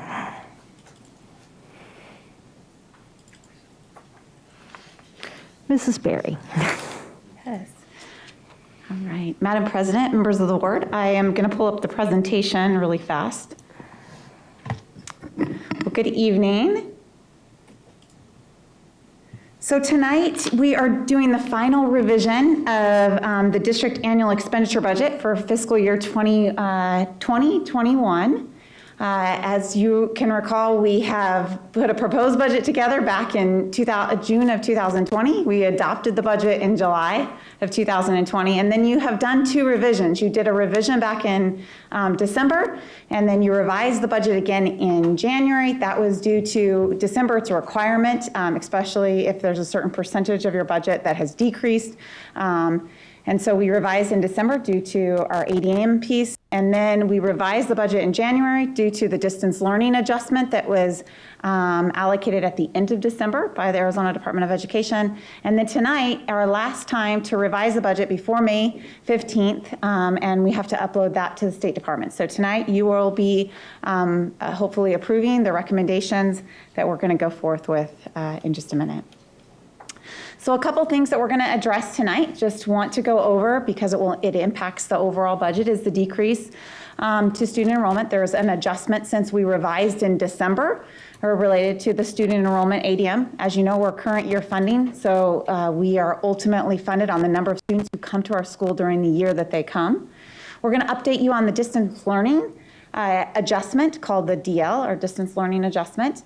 We're going to review the budget impact. So what do those 2 adjustments mean to our overall impact? And then some of the COVID impact that's to our M&O budget. We're going to give you an update on the federal stimulus amounts from ESSER 1 to the Enrollment Stability Grant and the DEMA grant, which are all federal grants that we've received so far. We have not gotten our full allocation yet for Title III, won't get that until next year. So this year in our budget, you see ESSER 1, ESSER 2, the Enrollment Stability Grant, and DEMA. We're then going to outline kind of the expenditure changes. So the first part is about the revenue side of it, and then we'll talk a little bit about the expenditure side. So what we try to do is make sure that not only are we adjusting for the number of students because of current year funding, but then also we're aligning all those expenditures that are related to maintenance and operation, capital, our bonds, our cash funds, and then those federal grants that we have put in applications for. Just a quick little information on our average daily membership. So we have an adjustment of 1,965 students. We are at 44,000 students, 44,400. We had projected that we were going to go to 44,871, and that was with the increase of what we thought we would have in enrollment, or according to our applied economics expert, who is an outside demographer. And also there was an increase because of summer school. We had an increase because of the summer school and the collection of that through the executive order. In December, we revised the budget with 42,723 ADM, and then tonight we are asking for a slight adjustment to down to 42,446 students. So a couple things related to enrollment. You adopted the budget to decrease ADM with the student loss of approximately 1,688 ADM. And remember, ADM stands for average daily membership. That's not enrollment. ADM is actually less than enrollment because you don't count a kindergarten student as full. Only preschool students who are counted with the special needs count towards that calculation. And of course, like I said, kindergartners are at 0.5. Also, if a student comes to your district 20 days in, you're only going to get funding for approximately 80% for that student, or if a student leaves, say 50 days into the school year, you're only going to receive 50% funding. So it's based on the amount of time between day 1 and day 100. The proposal tonight is going to decrease that by an additional $1 million, equivalent to the 277 ADM. So our overall revenue loss due to ADM is $14,973,051. The distance learning adjustment has been calculated, and I'm going to review that just so that, to remind you of how it happened back in December, and then how the adjustment is happening now. And our final revision actually will take place on the 17th of December when we upload our final revision. But originally, the only way you can receive funding for students in Arizona by Arizona statute is if a child is here in brick and mortar, or if they're in what was called an approved Arizona online program. Well, with the pandemic and the beginning of the school year, the governor put an executive order to fund distance learning, students in distance learning, the same as an Arizona online student, because not all schools had online programs in place, and there would be a mixture of different alternative methods of serving students. So distance learning was also funded the same as an Arizona online student at 95%. So in November, we were required to submit in the first 40 days of school. And the first 40 days of school, we had to say how much of that time period, day 1 through day 40, were students in person versus how much were they online or in a distance learning program. And at that time, we started our students in elementary on the 14th of September, and then the 21st, and then our high school and junior high students came back after the first quarter. And so for 91% of the time, our students overall, if you take all of those students, were online or in a distance learning program, 91% of the time. So that was the calculation used to calculate the distance learning adjustment that ADE implemented on all of us at the end of December. That was equivalent to $12 million. Now, the good thing that's happened recently is that we now get to include all 180 days of the school year in our estimate. And so because Chandler decided to open in September and has had majority of the time our schools have been open, we are seeing a significant decrease because they're using the whole 180 days, which helps our school district. So we were only in distance learning 33% of that time. Now, some people say, well, how did you get to 33%? You were only closed the first quarter, and some of our students were even attended during the first quarter. But part of that closure, those 8 days, right after school, that impacted that 33%. And then having our junior high and high school students not come back until October impacted that percentage. So ultimately, we were in person. If all of our students, in a sense, because we don't get reduced for the full 5%, we only get a reduction of about 1.75%. So that's going to equate to only a loss of $4 million. So we gained back $7.8 million because of the choice of being in person. So overall, how do you compare? Well, in July, we adopted a maintenance and operations budget of $331 million. And so by the time May comes, how does that look and what's different? Two different things compared to our adopted budget from last summer, the $14.9 million, which we adjusted in December and then now adjusting slightly. We also had the distance learning adjustment that now is only $4 million and not $12 million. And then we also had a carryover increase of $8 million because we moved expenditures from maintenance and operations into a federal fund called the Enrollment Stability Grant. And we're able to carry over more maintenance and operation dollars into this year because we could ultimately go back to March of last year to start covering expenditures that took place in our budgets. So our revised budget tonight is for maintenance and operations is $320 million. This chart was one that you saw earlier when I did each of the presentations. At the very beginning, we saw a $331 million budget. $8 million of that is what we projected as carryover. And so that, when you added up the regular allocation of the current students we thought would be coming to our schools based on, and also the transportation miles, our special needs categories, all of those pieces, we had $331 million. Then we came in December and adjusted our budget based on the loss of ADM. But we also increased the carryover because we had journal entry during our annual financial report, $8 million from maintenance operations and moved it into a federal fund. And so we adjusted that. Then we came back in December and adjusted the distance learning portion that was hit based on only the first 40 days, and that was a hit of $12 million. And then tonight, we're coming back. We had to adjust another $1 million approximately for the loss of ADM, but we gained back the $7 million, and so we only got a loss of $4.1 million. And so your budget that you're adopting tonight is $320 million. The federal stimulus money has been significant. We're super thankful for that in each of our school districts across Arizona, because at first we didn't know how much we would receive, and we were very fortunate. The district has been in great financial shape in the form of being able to pick up additional staff, to pick up COVID-related expenditures, and be prepared for this pandemic. And we were able to do that without even knowing how much exact federal amount of money we had that would be coming in. So we are very thankful for this, but we're also thankful for the stewardship of great financial leadership for years and having money to be able to be prepared for when our school year opened without having to rely completely on federal money. We did receive 4 different funds this year, and they're part of the revised budget. We had the ESSER 1, which was $3.2 million. ESSER 2, which is the second stimulus package, had $13.5 million.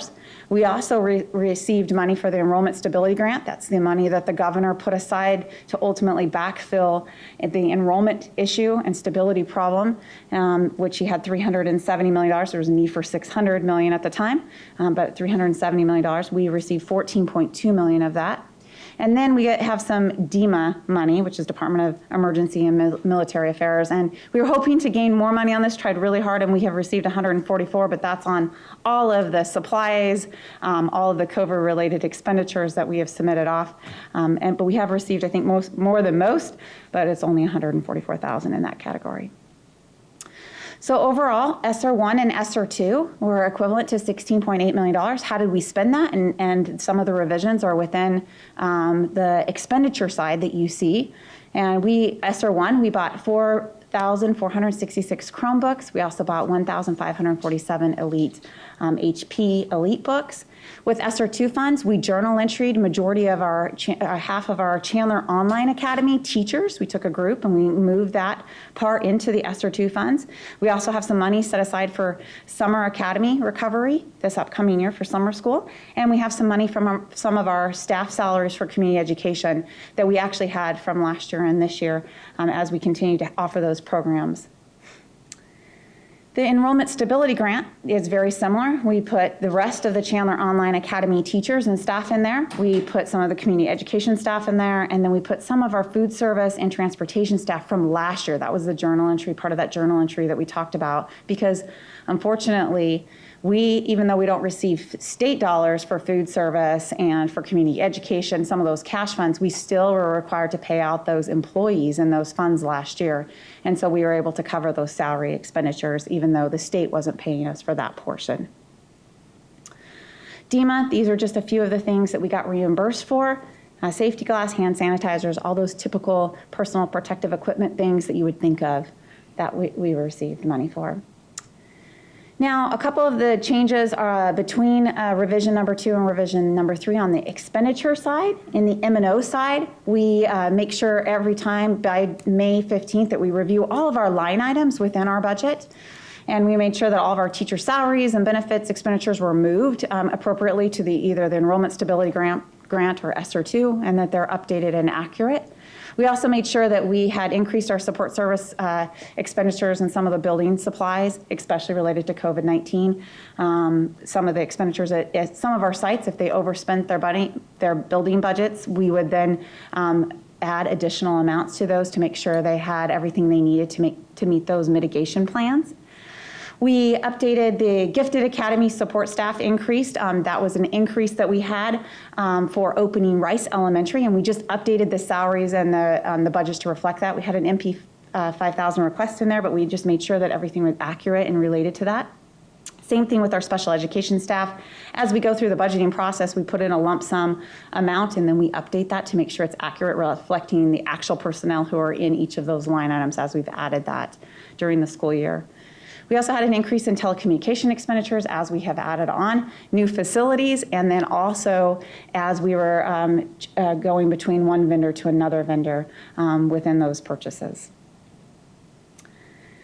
The other couple things are we added some more support staff at Chandler Online that we did not specifically put into each of the grants, but we had to add support and staff as we added students, especially in the very beginning when we had, I think, around 14,000 students who were enrolled right when school began last year. That number has came down, but we added staff to help with that during that time period, not just the teaching staff, but the support staff.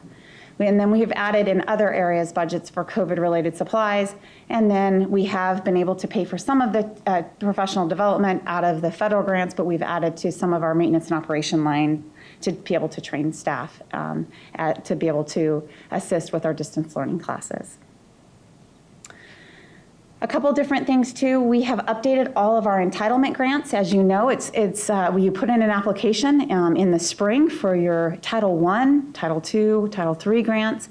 Those changed, and since we weren't able to open in person right off the bat, some of those budgets needed to be adjusted, and so we updated all of our entitlement grants and made changes to those to align and meet the needs of our school district. So we update all the expenditures in those grants as we've submitted them and as they've changed over this past year. We've also updated our CTE, which is our Career Technical Education programs to match expenditures. We meet with our CTE directors, and they help us to align that and make sure that the grant matches with what we are expensing in salaries, benefits, and program expenditures. And then we've updated all of the federal grants to match the application that was submitted and what was approved based on our needs for this year. Some of the other funds that are impacted are the ones on the left-hand side. You see an increase in the following funds of the Arizona Industry Credentials Incentive. You see new school facilities. We increased the budget in that area, and Internal Service Fund, our intergovernment agreements. There's slight adjustments and changes to that just to match the revenue that's coming in and the expenditures in those funds. On the other side is probably the bigger decrease is all of the funds that you see between food service, the Civic Center Fund, which is the rental of our facilities, our community education fund. All of these funds are more cash-driven funds, and they have decreased because we haven't had to travel, we don't have the services that we have had in the past or the number of people participating in those services. So we decreased those budgets. Obviously, there's not going to be or hasn't been as much revenue that has came in, but obviously there hasn't been as much expenditures. A good example that you see every board meeting is auxiliary tax credit and student activities. Without travel and a lot of those participation activities, that has decreased how much we've spent and decreased the amount that we have brought in on the revenue side.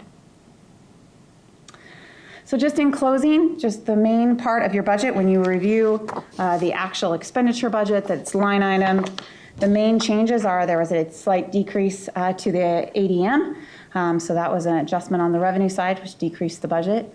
We have the federal stimulus money, which has been a tremendous help to offset our ADM loss, to offset the distance learning adjustment, and also to cover some of those COVID-related expenditures that we might not have been able to put in one of those federal grants. We have updated all the budgets, every single fund that we have in our school district, to accurately reflect revenues and accurately reflect expenditures. So those are updated and they align. And then it helps us to prepare that for the next fiscal year, the better they are aligned. This also helps us be prepared. So you will see, the only time you're going to see this budget again is during the annual financial report, which is in October. So you will see in October this budget, but what you will see is the expenditures per every fund of the budget and what we actually spent down to the last penny related to expenditures in our district. And then we're ready. This prepares us to get ready to undergo the proposed budget for next year, which you will see in June. And the cleaner each fund is, the easier it is to make adjustments for next year's budget. So it helps us be prepared for this upcoming proposed budget. With that, is there any questions that you have? Thank you, Mrs. Berry. You're welcome. Questions? Mrs. Bruner. I was wondering how sick you are at revising this budget. Yes, I am glad to have this one done. We feel like it's pretty accurate and ready, but yes, we're ready to move on. Thank you for you and everyone who's worked on this. I appreciate it. Thank you. We have a great team. Heather Caviar and Lauren Randall, Ben Frost, Melissa Marantine all do a great job in helping put all this together. So they're a great team. Thank you for recognizing that. Mrs. Berry, this revision helps you a lot for the October revision, correct? I mean, it pretty much lines up everything in place. It helps us for the annual financial report at the end so that we know where we are for the expenditures and we understand. Also, it helps us prepare for the budget for next year. Is there something we need to know that we're overexpending or underexpending, and then can we make some adjustments? So it's very helpful for both. Great. Thank you. Any other questions? If not, could I please get a motion to approve the district annual expenditure budget revision 3 for 2021. Madam President, I make a motion to approve the 2020-2021 district annual expenditure budget revision number 3. Second. All those, are there any more questions, or is there any discussion on the budget? Nope. Okay, all those in favor, please say aye. Aye. And Ms. Motion Mawson, would you carried. mind just everybody signing before we leave? Sorry, I always Yes, forget that. yes. All right, thank you. Yeah, start down there and.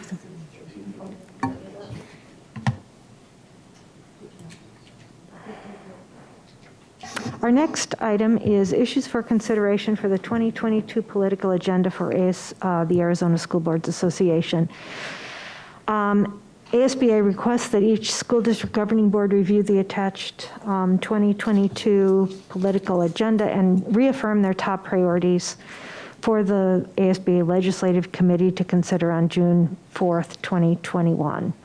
We can also, each district can also submit 2 additional priorities for consideration, and they will be the basis for a discussion at the official delegate assembly on Saturday, September 12th.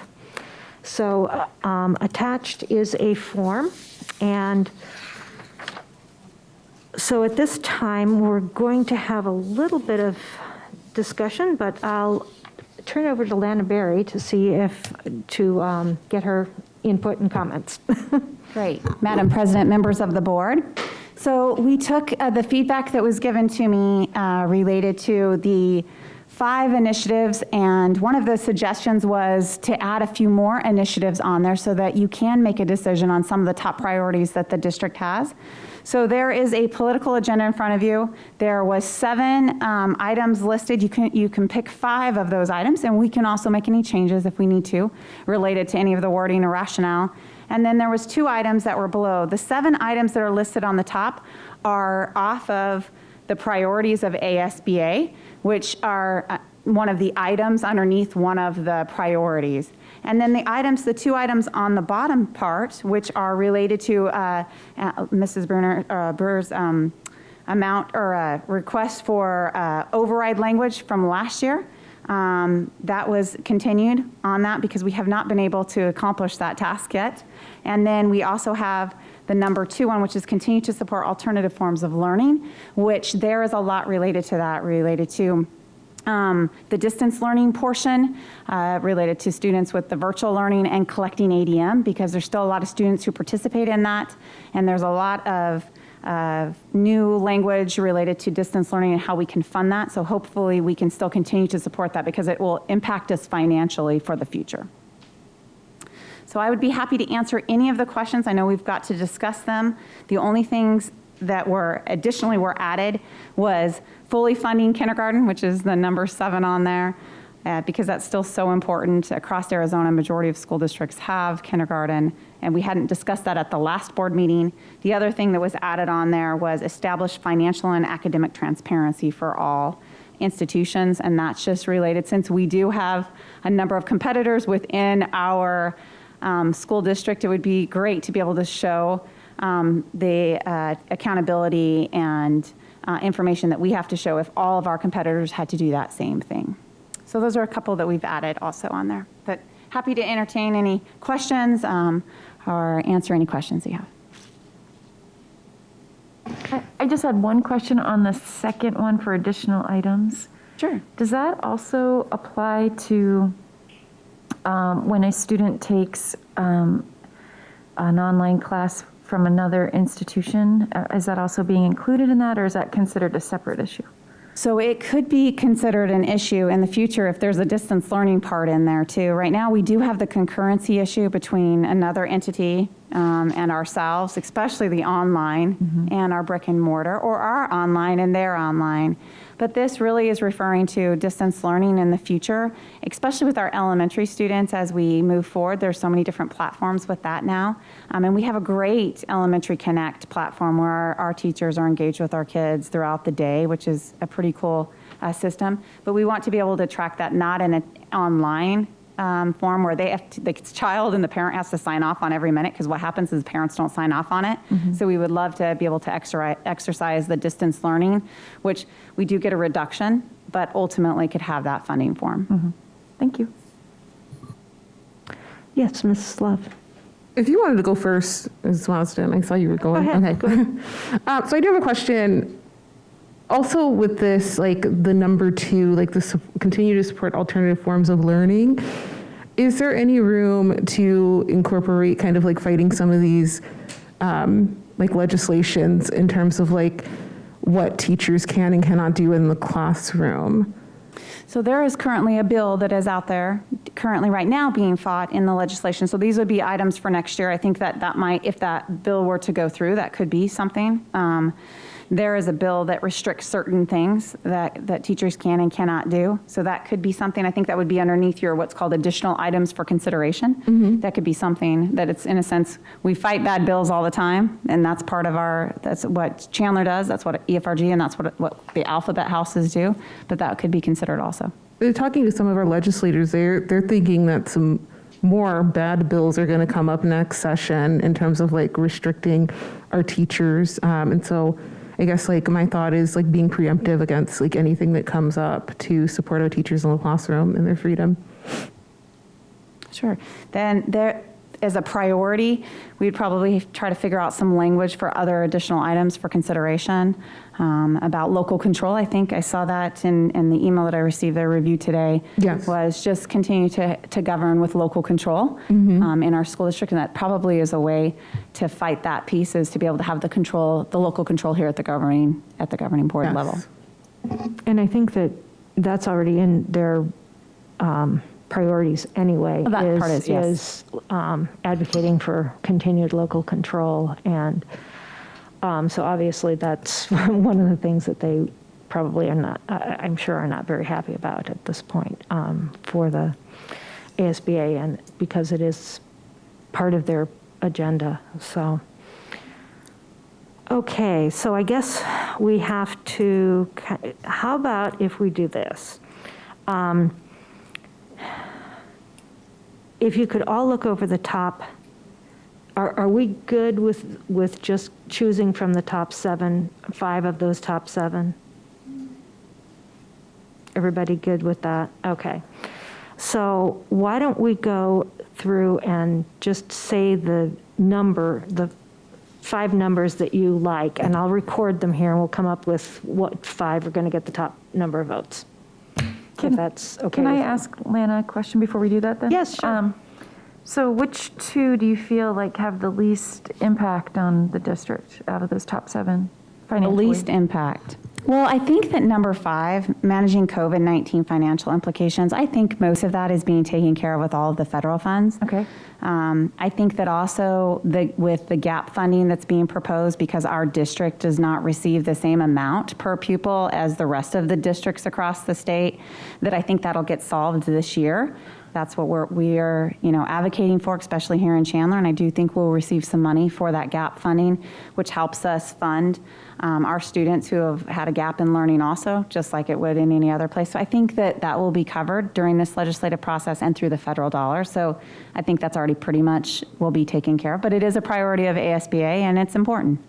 I think that, to be honest, I'd love for it to establish financial and academic transparency, but right now, that we have not won that every year. It doesn't go anywhere down at the legislature, and so I don't think we're going to win that. So I think you can put a lot of effort into that, but that's not something that you're going to specifically win, even though I think it's important, and we should still continue to fight for it in the future. I think the other 5, funding capital is so important in inflation. Dr. Castillo fought very hard for Chandler to get the restoration of district additional assistance in the rest of the state, but now we need to get inflation on that. I think that special education has been underfunded for years. It showed in the 2000 study, and we need to have more money in special education. I think obviously, Frank Fletcher can talk to you all day about we have this bubble coming with all of our facilities, and we have 5.6 million square feet. And a lot of facilities that need to be updated. And so that building renewal fund formula is going to have to get renewed, and that's a lot of money that needs to come out to schools. So that's super important on the financial side. Supporting poverty is super important in my opinion, because we have different schools with different poverty weights, and those students have different needs, and some of that's due to learning loss. I think you're going to see some of that in the federal money to help, but really we do need additional time for some of these students who don't come or come with a million less words than a kindergartner from a different school. And so there's other great needs. And then funding full day kindergarten. We all have kindergarten. We know the need for it. We really need full day. We need preschool funding, right? So I think those are your 5. I think the 2 that you stated that are probably or the 2 that I stated that are probably the least impact in the future would be number 5 and number 6. Mrs. Bruner, that was a really great question, because now I'm going to actually change my request and ask if everybody agrees with putting 1, 2, 3, 4, and 7 on our priority list, and have a motion, maybe have somebody do a motion for that, and then along with the additional items for consideration. How do we do the motion? Are we reading all of them in the motion? No, I would just say I would just say the numbers as listed on here. I'm like, that's a lot. Okay. I'm fine with it if we want to go forward with making the motion. Okay. All right. Bear with me. Madam President, I make a motion to approve priorities 1, 2, 3, 4, and 7. That's what we decided on? Okay. Let me go back to my screen. Along with the 2 new priorities, which is 1 and 2, I believe, as presented and discussed. I had to go between 2 different screens. I'm sorry. That's okay. Is there a second? Oh, second. Is there any discussion? All right. All those in favor, please say aye. Aye. Aye. Motion carries. All right. We now have some information items, student activity, auxiliary operations, and tax credit reports. Mrs. Berry. Madam President, the Student Activity Auxiliary and Tax Credit reports for July of 2020 through April of 2021 are for you for review. If you have any questions, would love to go through those. Know that there are a few negative accounts, like always, that we'll continue to clean up. We are pretty good about identifying those and getting on those, but sometimes there are a few negative amounts, and they're due to just somebody purchasing out of one fund instead of another fund, and then getting the paperwork to do the journal entry on those. But by the time we do the annual financial report that you heard about earlier, they will all be cleaned up. Any questions? All right, we'll move on to the board agenda roadmap. We have graduations coming up. So and this is our last meeting of May, and our next one will be on June 9th.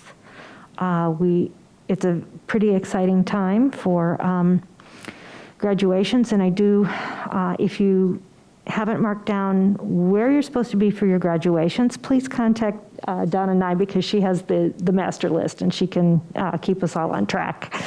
So, any other questions or comments on the roadmap?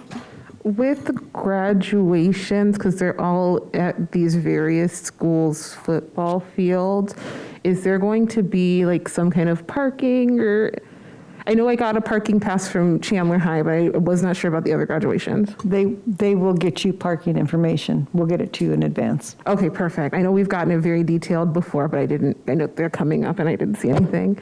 The second thing is, I was wondering if we could add a social work update to the next meeting if possible. I have some reasons in my board comments, but I think it would be appropriate. We've had like an equity update, but we haven't heard anything really from our social work department. You hear that, gentlemen? Can we pull that together, Mrs. Cooper? An equity and social work? I know you've been meeting with that group and collaborating with all our people. Okay, so we'll get you an update at the next meeting. Thank you, and that's all I had. And I guess all I have to say is, don't wear spike heels onto the field. Mr. Fletcher will kind of get annoyed at us if we wear spike heels on the... Madam President, you'll just help us prepare for our summer schedules. So. Okay. But you might get stuck in. Indeed, you may get stuck, but I would go as comfortable as you could. Exactly. We'll be on our feet a long time. Let's see. Dr. Castillo, do you have any comments this evening? I do have a couple comments. And I know the board is aware we've lost 3 students in the last few weeks, and each loss is tragic. And while we have extended our condolences privately to the families, our prayers continue for these families and our school communities that are mourning the loss of these beautiful young people. So we have reached out.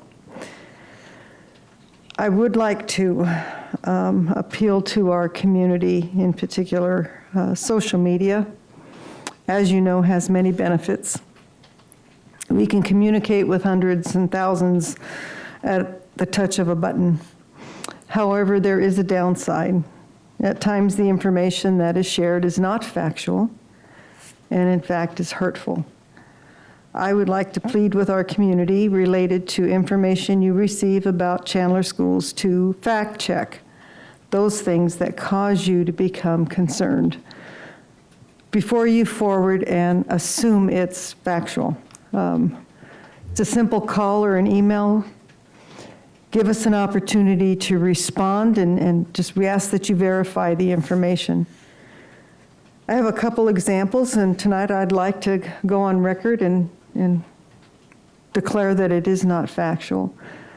It's been reported and spread that we are teaching the critical race theory in this school district. We have not had any discussions related to the exploration, adoption, or implementation of this program of study for our students.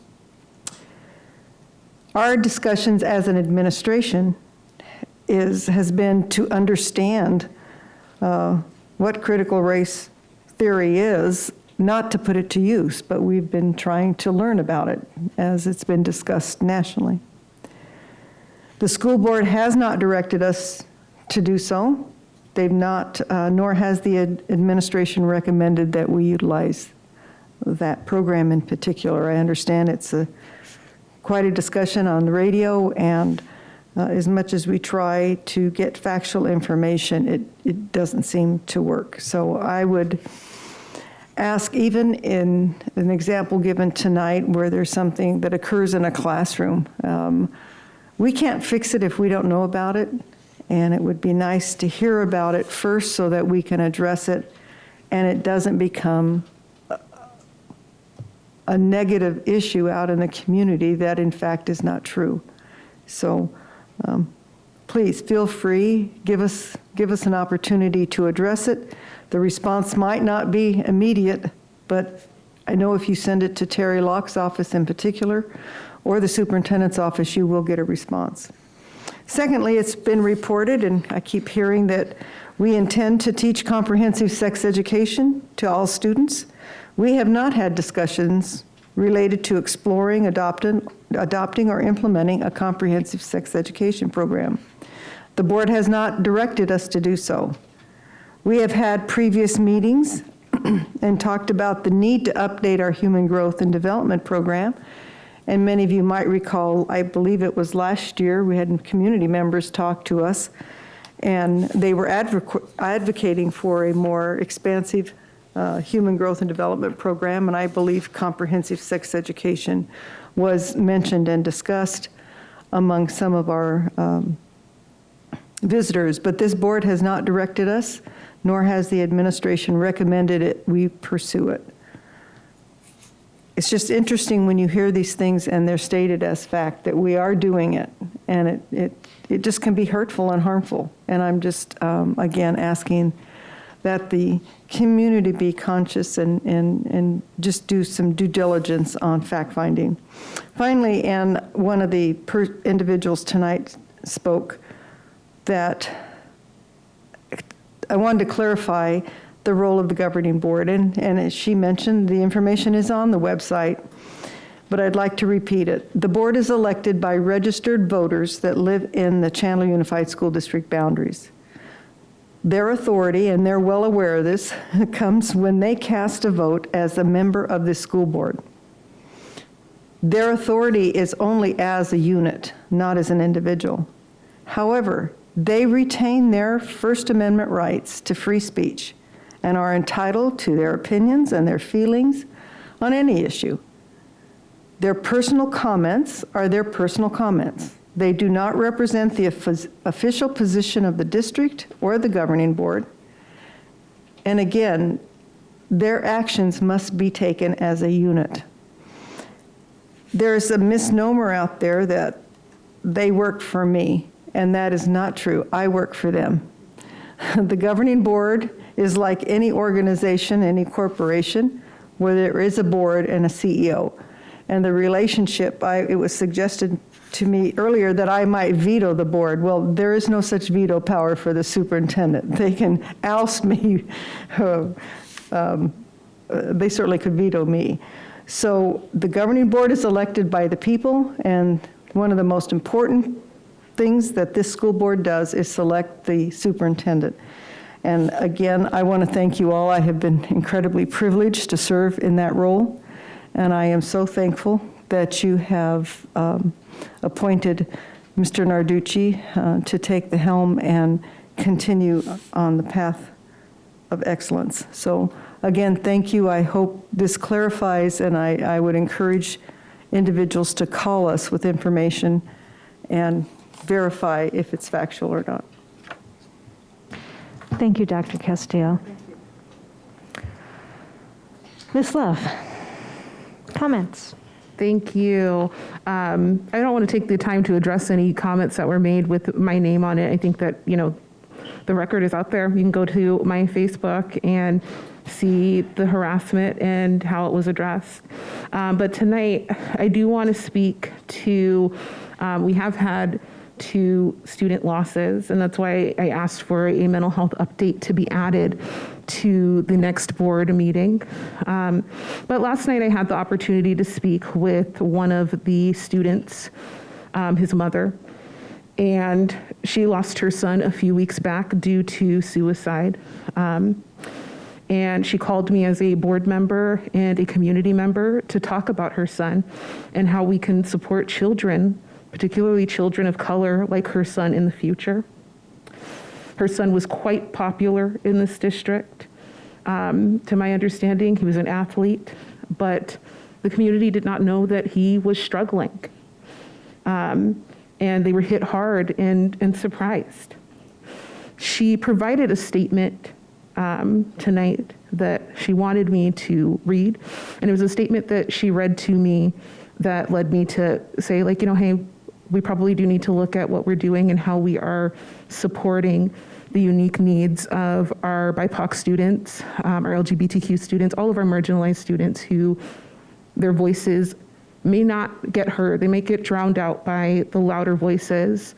And those students have struggles too. They struggle with their mental health. They struggle with suicide. But you wouldn't know it to tell it, especially in dealing with communities of color where, we tend to walk around and we say, oh, things are fine, fine, fine. And we're not helping or seeking help, which is something that we discussed in our suicide prevention and awareness class during this summer with the ASBA. But I wanted to take the time to read her statement, which I'm just going to bring up right now. His mother said, Zion was a bright, shining light whose memory shouldn't be dampened by misinformation, political agendas, or people who don't know the struggles he and I faced. His legacy and others like him should live on in how the district, the school, the mental health community, and parents change our approach to help all students, while acknowledging that we are failing our children of color.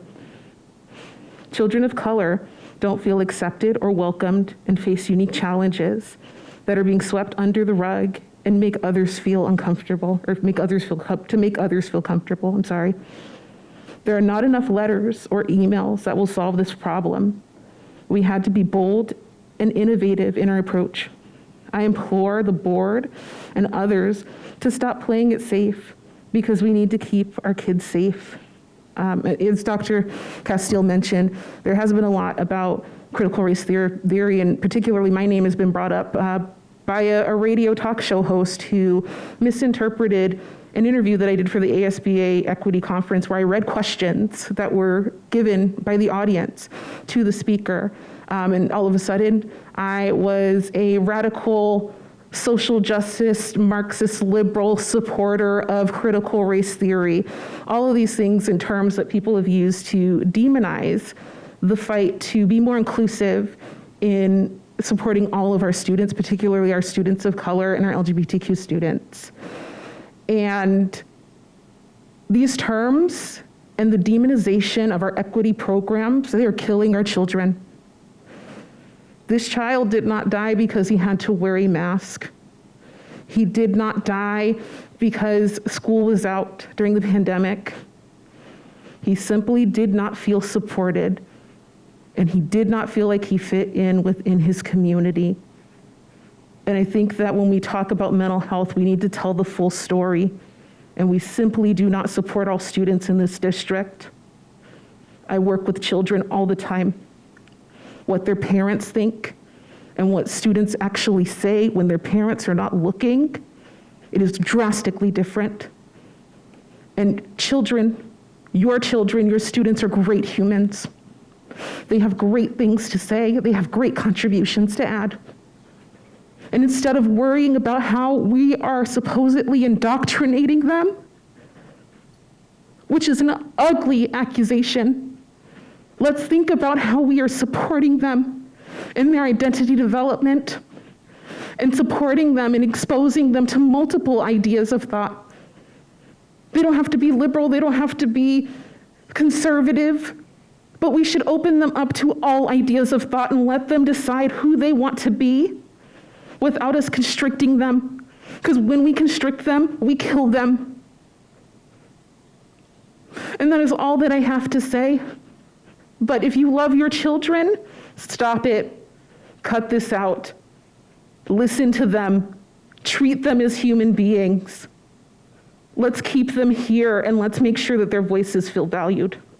I don't ever want to have a conversation like I had last night, a 2-hour conversation like I had with that mother, where she felt completely bullied and abandoned by her community, trying to get help for her son that was not there, and speaking out to racial injustice that was going on in this country and not feeling heard and being told to go back to Africa, being told that her voice didn't matter, being told that she was divisive. And look at the harm that that has caused. And so I implore you, make sure you support our students in making sure that their social, emotional needs are being met, and that we are valuing them for the humans that they are, and we are valuing every unique story as it comes through our doors. Thank you. Thank you, Ms. Love. Mrs. Bruner? No. Mr. Olive?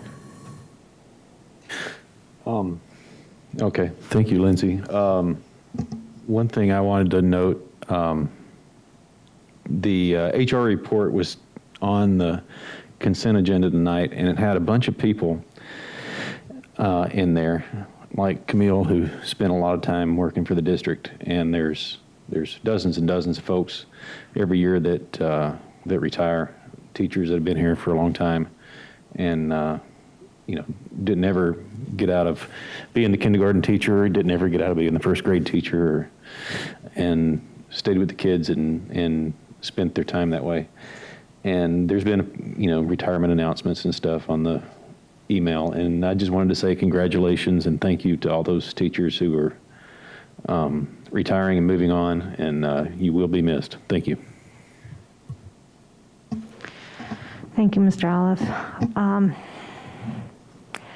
I don't really have much more to say this evening, but I do appreciate hearing our board members' thoughts. Dr.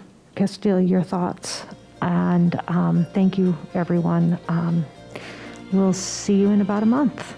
This meeting is adjourned.